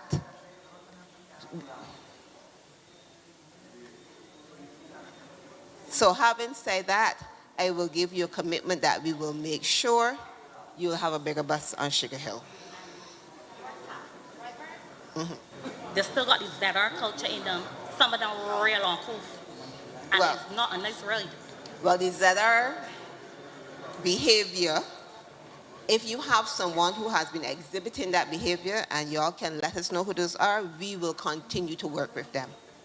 Because what someone might show me in the terminal might not be what they show you on the road. So if you don't tell me about it, I might not be aware. But we will continue to work on that. So you know Grantley Adams is a school. So So you say said, Grantley Adams is a school. Right, but I mean, like you said, the 1:30, the time span that you gave in there, a big bus should leave the bus stand at 2 o'clock. So, to come and pick up these children, don't make the go school bus. Because they have a little girl living in front of me, and she does go squat Huntsbury. And some nights, many nights, by 7 o'clock, she no getting home. All right, because so you're saying two different things. Passing, she Okay, so you're saying two different things. You're talking about students who are coming from Bridgetown and need to get home. Because we send buses to every secondary school to be here when school finishes. So you accept that, that's correct? That's the given. Good. So then you're now talking about other students who are in the Bridgetown area that have to get up here. No. So you got The problem Huntsbury? is, no, let me say this. The problem is, and persons don't understand, our schools are the priority. So if I send everything around 2 o'clock out to schools to bring in students, the ones who are in Bridgetown will be in Bridgetown waiting to go out. Now that you have highlighted that that is also one of the follow issues that we're having, as I said, we will look at a bigger bus and work with it. If, however, I cannot supply a bigger bus, we have already instructed our people that we will send more than one ZR, because this has been, you have to get more than one to get the capacity. But it don't happen. But that's what I'm saying, we are committing to doing this. You told me it didn't happen, so I'm fixing that. Okay. All right? So you feel in mind that when the ZR leaves the bus terminal, you know, if you're at the bus stop by hospital. All right, ladies, you two over there in a private conversation now.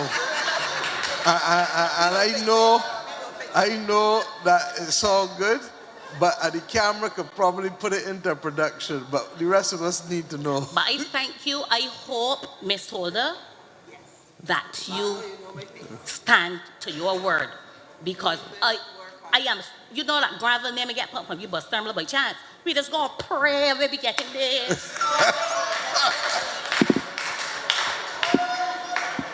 thank you. Why thank you. Thank you very much. Okay.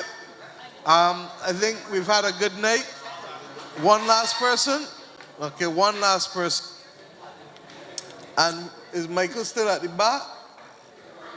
Is he gone? No problem. William, arrange a meeting with him for me, please. Good night, Madam Prime Minister, AG, and Deputy Prime Minister, ladies and gentlemen.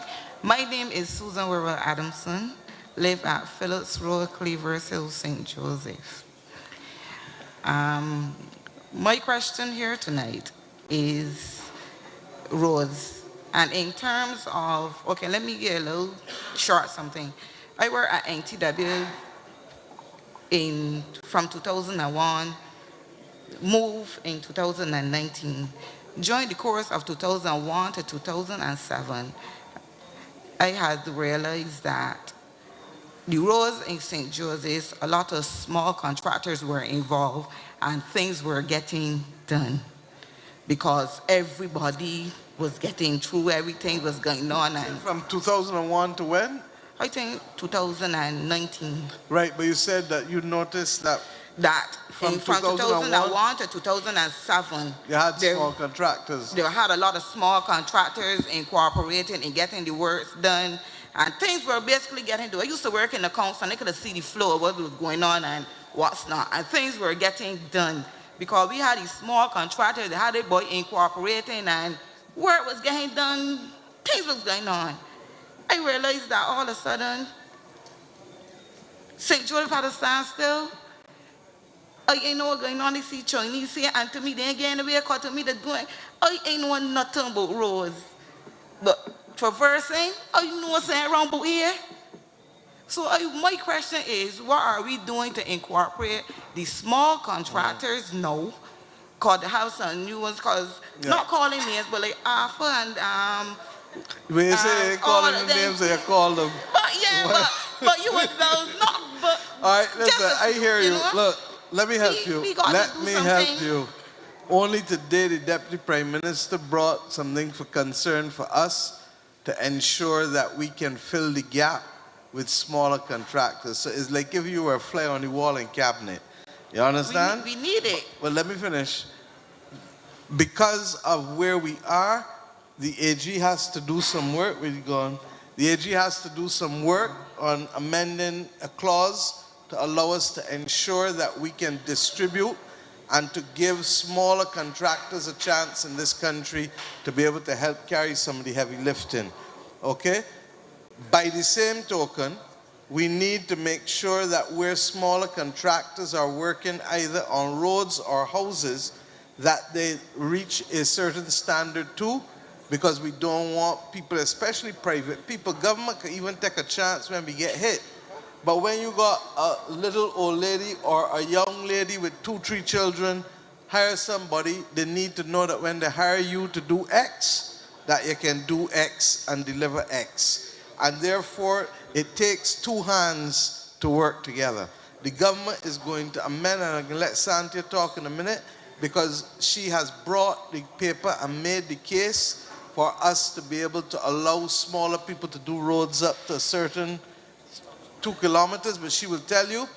And then separate from that, the government has started to buy equipment to allow us to do what we call the tenantry roads as well. So between the 3 approaches, the larger contractors, the smaller contractors, and then the depots doing the tenantry roads, you're going to be able to get that. So just hold tight and let her explain. Well, thank you, PM. Just to add to that, again, totally perfectly right in terms of the observation. We have been seeing 2 main contractors really doing a lot of the work in the country. And the truth is our works program is so large right now that there's no way that they're going to be able to continue to meet the demands that we have, and certainly the demands of the public. And that was the reason which was motivating us being able to look at how can we legitimately open it up more for the smaller contractors to be a part of the playing field in a sense. Obviously, some of them do not have the large, heavy equipment in terms of doing the milling and paving, but in many cases, they can do what we call the small roads. They can do roads that are under 2 kilometers. And so that was the genesis of the paper in terms of trying to see how we can carve out a policy within the realm of the law to be able to ensure that we can pretty much allow them to tender and award the contracts for the works program. The depots have been doing some work in relation to, as you know, the patching. They've been doing some of the rehabilitation. But when I look at the program for last year in particular, they were not able to execute the works program that we had said in the previous financial year as effectively as I think we ought to have done. And that is what is motivating us doing different tiers of works within the financial year to allow more players to be involved, whereby the ministry will then be able to supervise a lot of what is being done. We have to set the standards in MTW, because if we don't set the standards, then as PM says, everybody can do as they like. So our first thing is to make sure that we have the standards, but also have that leveling of the playing field, that other persons can enter the market to be able to help us to carry out the program. The last thing I would say is that we have the Complant project, which is $230 million. And obviously you said you're not seeing what is happening in terms of the Chinese. But again, I think, and I'm going to keep saying it at every meeting that we have and every opportunity, it does not happen overnight. From the time Prime Minister signed the loan, it was about a year ago. That was just the starting point when the announcement was made. But since then, we have been meeting Senior Minister William Duguid, myself, Dr. Springer, along with the Complant team, along with the officers within the MTW, to be able to look at how do we do all of the testing that is required, how do we, again, do all of the site visits to make sure that we are not encroaching on anybody's land when we actually go to do the construction of the roads. We have to make sure that we combine the works with MTW with this water authority, because in some pipes have to be dug up because we're not putting down the roads for the public to complain that the Barbados Water Authority is peeping around the corner to go and dig up a road. So we have to make sure that we are planning the roads properly. I can say to you that the Chinese are getting ready to be able to do their campsite. Again, those were things that we had to work out. We had to make sure that the equipment that they need to be able to operate, what wasn't on island, that they were able to bring it in. We had to make sure that they were able to work with some of the local plants in order to be able to get the stone and obviously to access the asphalt to be able to do the roads. The last thing is that the Scotland district is not a simple task either, because as somebody said earlier, I think one of the engineers, there's a lot of slippage, and so what is required on a road in St. Michael is not what is required in St. Joseph. And those are the things that we are taking our time to try to just wrap our minds around in terms of the process. And so I would just ask for people to be a bit patient, because we don't want to do it and rush and then find that it is done badly. So it is better for us to plan and to do all of the designs, make sure that all of the engineering studies are done, so that when we actually start within the next few weeks, that we're able to continuously roll out the program over the next few years as well. Yes, I thank you, and I do understand, but there are other roads different than the Chinese that are in the Scotland district that I believe, but it's knowledge and sight, and as I told past knowledge, that I think that the other small contractors can be incorporated into, not necessarily the compliant work. And for me, this Gabion thing, I know about Gabions very well, because I've worked in the ministry where I see we had good Gabion workers, and in 2013 they went through the door. And I didn't think for 1 minute that they should have gone through the door in 2013, because you saying who skilled people. Ma'am, you're talking about 2013, but we have, no, hold on, we engaged persons to do Gabion building at MTW, and again, in the same St. Joseph as well. And I will tell you, want to make this, those individuals have been trained, they have been retrained. There are persons who were ash workers who are on the Gabion building program as we speak, being recruited so that they can also now participate in the compliant project. So the Chinese will have persons to come to help to do Gabion building, but Beijing's getting a piece of the work as well. Okay? So it hasn't stopped. 2013 is past, but we are not an administration that settles for just allowing others to come in and do the work. We have been trying to equip our people to be able to get the skill set, able to support the Chinese are going to be doing in Barbados, because it is a lot of work to be done. Right. Okay, very well. I'm here to stay, so I don't want that when the Chinese left, St. Joseph fall in a hole. So I want you to be right. Thank you.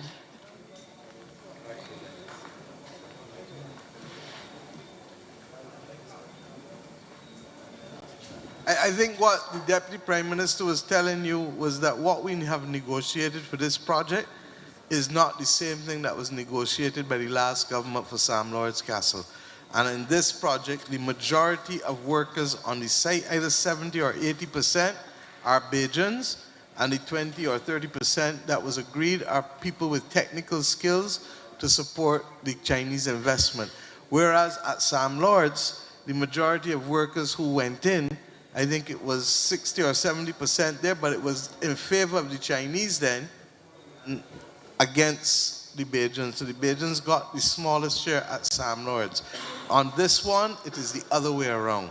And I can go back to 1994-95 under Owen Arthur, because when it came to also the last government, the Dems once again then had a situation with the Chinese workers where they had the majority of Chinese come in. When Owen was Prime Minister, when it came to building Cheapside Market, it was the other way around again, where the majority of workers were Bajans and the Chinese were allowed to bring in the technical and engineering. It's a case of how you negotiate. But if people are spending money, you're going to want, and they're going to want to have some of their skills and some of the people who they trust in order to help manage the contract. We were about to finish, ma'am, so you really have to be the very, very last, because I'm conscious that we also have public servants out too. Okay? Go ahead. Good night. Good night, everyone. My name is LaSanta Davis. I just have one quick question. I have a serious concern towards how the welfare system has been managing and handling customers, especially towards elderly people. I have an elderly person in my family that is very ill, and his officer has not been dealing with this situation professionally in any form or fashion. And it was just a point where I'm like, I don't know who else to talk to or go to towards No it. problem. You come. Where's Minister Humphrey? At the back. And you go right behind and you talk to Minister Humphrey and explain what's happening. But I want to say that we really have to get to a level, as we said, where everybody is at the level of receiving a quality of service in this country that people don't have to make complaints about. It's not going to happen overnight, but we're going to put the training in place and we're going to do the things to be able to make the difference, okay? So thank you for raising it, and Minister Humphrey, be so kind as to meet with her.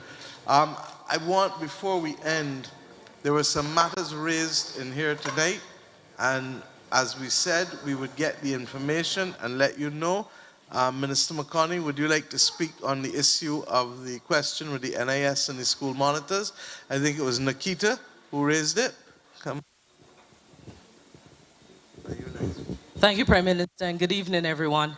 The question that was raised was whether or not the monitors, the NIS, the national insurance for monitors is being paid, and the answer is yes. We have allocated money for the payment of national insurance for monitors, the COVID monitors in the schools, and Cabinet recently made sure that any shortfall that there would have been has been covered up until the end of this school year. As the Prime Minister alluded to earlier, we are looking to see how we can retrain those monitors and be able to redeploy them within the system. That process is being worked out now, and we have to wait until Cabinet has seen what that proposal and that plan is and signs off on it, and for the training and how we will seek to redeploy them within the system. So I hope that gives some comfort to those monitors, yes, on NIS, and if there's any particular person who has some concern about their own peculiar situation, their unique situation, please give your names to me, and we will be able to investigate your particular situation. I was just outside meeting with a couple of those very same monitors, so if there are any others, please by all means find me and I will be able to assist. Thank you, Prime Minister. Thank you for getting the information so late at night and for working to do it with dispatch. Similarly, Senior Minister Duguid, you wanted to update the meeting. I think that it was, who was it earlier? Mr. Lewis? Is Mr. Lewis still here? Okay, Mr. Lewis, just hold tight. So under the current Act, matters that require environmental impact assessment would be major transportation infrastructure, fossil fuel electricity generation, crude oil storage, waste incinerator, sewage and wastewater treatment, industrial plants, industrial estates, mining operations,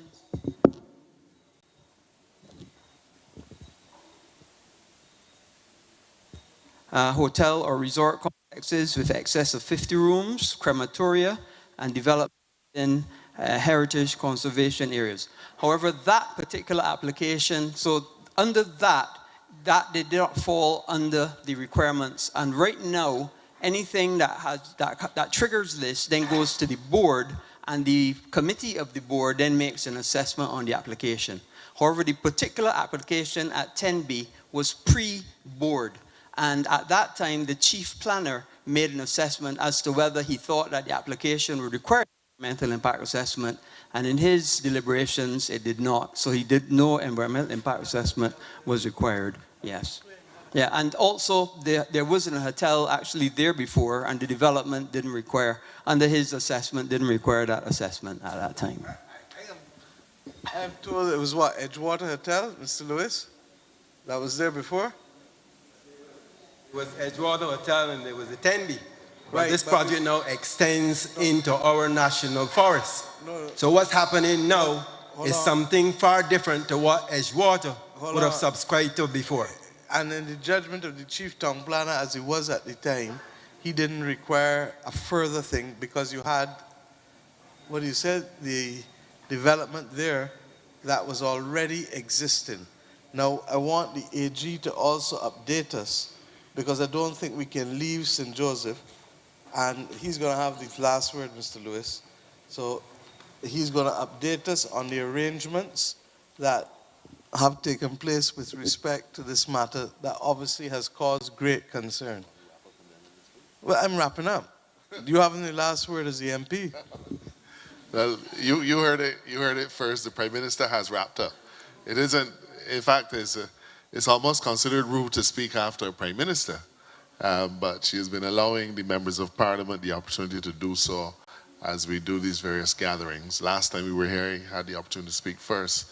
I have to say that it is probably a hallmark of a truly democratic government where on an annual basis we're willing to come back and listen to and speak with our constituents.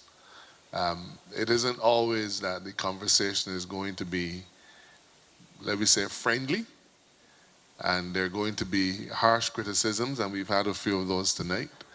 But I believe it takes a fair amount of maturity to be willing to stand even in a situation where you've not been able to do everything that we would have liked to have done, and still be willing to give account of ourselves. The Prime Minister reminds us all the time that while a constituency elected us, we are involved in running the entire country.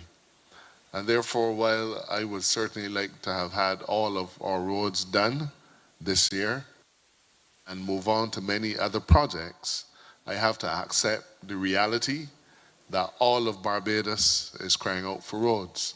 I fight very hard for St. Joseph. Santia could tell you how often I call. Sometimes I cuss. Occasionally I cry. As you can tell, to very little avail, however. But I'm satisfied that based on the program that we have, based on the funds that are available, we are going to get things done. There are always going to be issues that we have no control over. I was so disappointed when the minister told me, problem is we got the Gabions, but we have no rocks. We have no rocks to put in the Gabion baskets. But there are some harsh realities that we have to face. We don't have any rocks to put in the Gabion baskets, but that means that there are other projects across Barbados that are suffering similarly. So I ask that you exercise some patience with us as we get through this exercise. There's still a lot more, I believe, that is owed Prime Minister by the country of Barbados to St. Joseph, but I'm satisfied that this government's heart is in the right place and that we're trying to deliver those things. Before I close, I just want to say a few words on the matter of the Tenby development. Oh, well, there you go. This school hall, and in fact, I believe I can say that an additional $1.9 million has been allocated to Grantley Adams for beautification, is it? For physical work. Physical work in the coming, and additional. So in addition to all the other money that they're getting, the Prime Minister was able to find an additional $1.9 million to spend on this school. So I think we're covering off all the bases. It would be wrong of me, Mr. Lewis, and your particular group, if I didn't mention a few words about what's happening in Joes River. But let me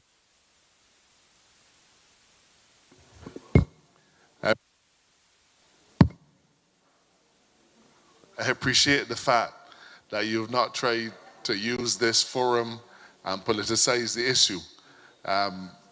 And also the fact that you respect our arrangements. You and I and your team are going to be meeting in another couple of days to discuss the matter further. But in relation to the overall issue, I want to say to Barbados that we are trying to negotiate a settlement. From my experience as a lawyer, and certainly from my experience negotiating on behalf of the government, a settlement never means that you get everything that you want. It doesn't mean that the other side gets everything that we want.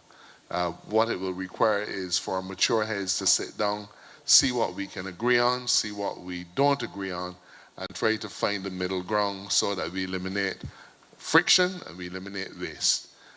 There is a development on that location. There is going to be a development on that location. The individual already has town planning permission, and this government, we don't have any capacity in law to stop him. And if we tried, there's no doubt that we will be facing a multi-million-dollar lawsuit. For better or worse, whatever you may feel about it as an individual, when an entity, when a person has been given planning permission, the government has to honor it. If you got a planning permission to put a shed, we couldn't come and say, stop. We have to allow you to do what your permission says. So that's the starting point. But equally, as the Prime Minister said recently, whoever comes to Barbados to do business, to live, to work, to play, whatever investment they might make, they have to respect our traditional rights. And those traditional rights are determined largely by law, and I'm not going to get into that now. In the beginning, I stayed out of the matter because in the same way that you raised the issue of the town planner, it was obvious to us that issues in relation to the town planner's role in this project might have arisen, and it would have been imprudent for me to come out with any particular position knowing that I'm the Attorney General and that I might have to defend the government's interest in the matter. That would have been ill-advised and it would have been wrong. However, the Prime Minister has given me permission to recuse myself from the matter as Attorney General, and in that regard, Minister Abrams, who frequently acts for me when I'm unavailable, he's going to protect the government's interests, and she's given me her permission to get involved in the issue, not really to take a side, but of course you know which side I'm on, but more to use my good offices to try to broker and get on. We got it now? That tells me I need to shut up.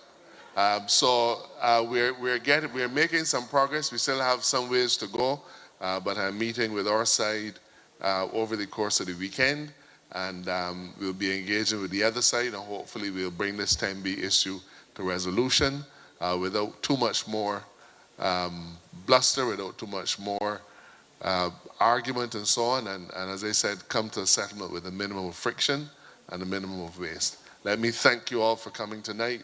I know that we have to thank all the public servants who made it, those who came from outside St. Joseph, and those who are from within St. Joseph who made your presence felt. I felt that the questions were incisive. You obviously came prepared, and the answers, I hope, met your expectations. We are committed to governing, and we're committed to governing well. And as long as we're committed to governing well, accountability has to be the first bus stop. And we are honoring that commitment to you. Let me thank you again for coming. Good night, and travel home safely.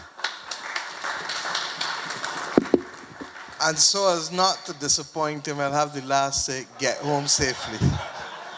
Get home safely. Thank you.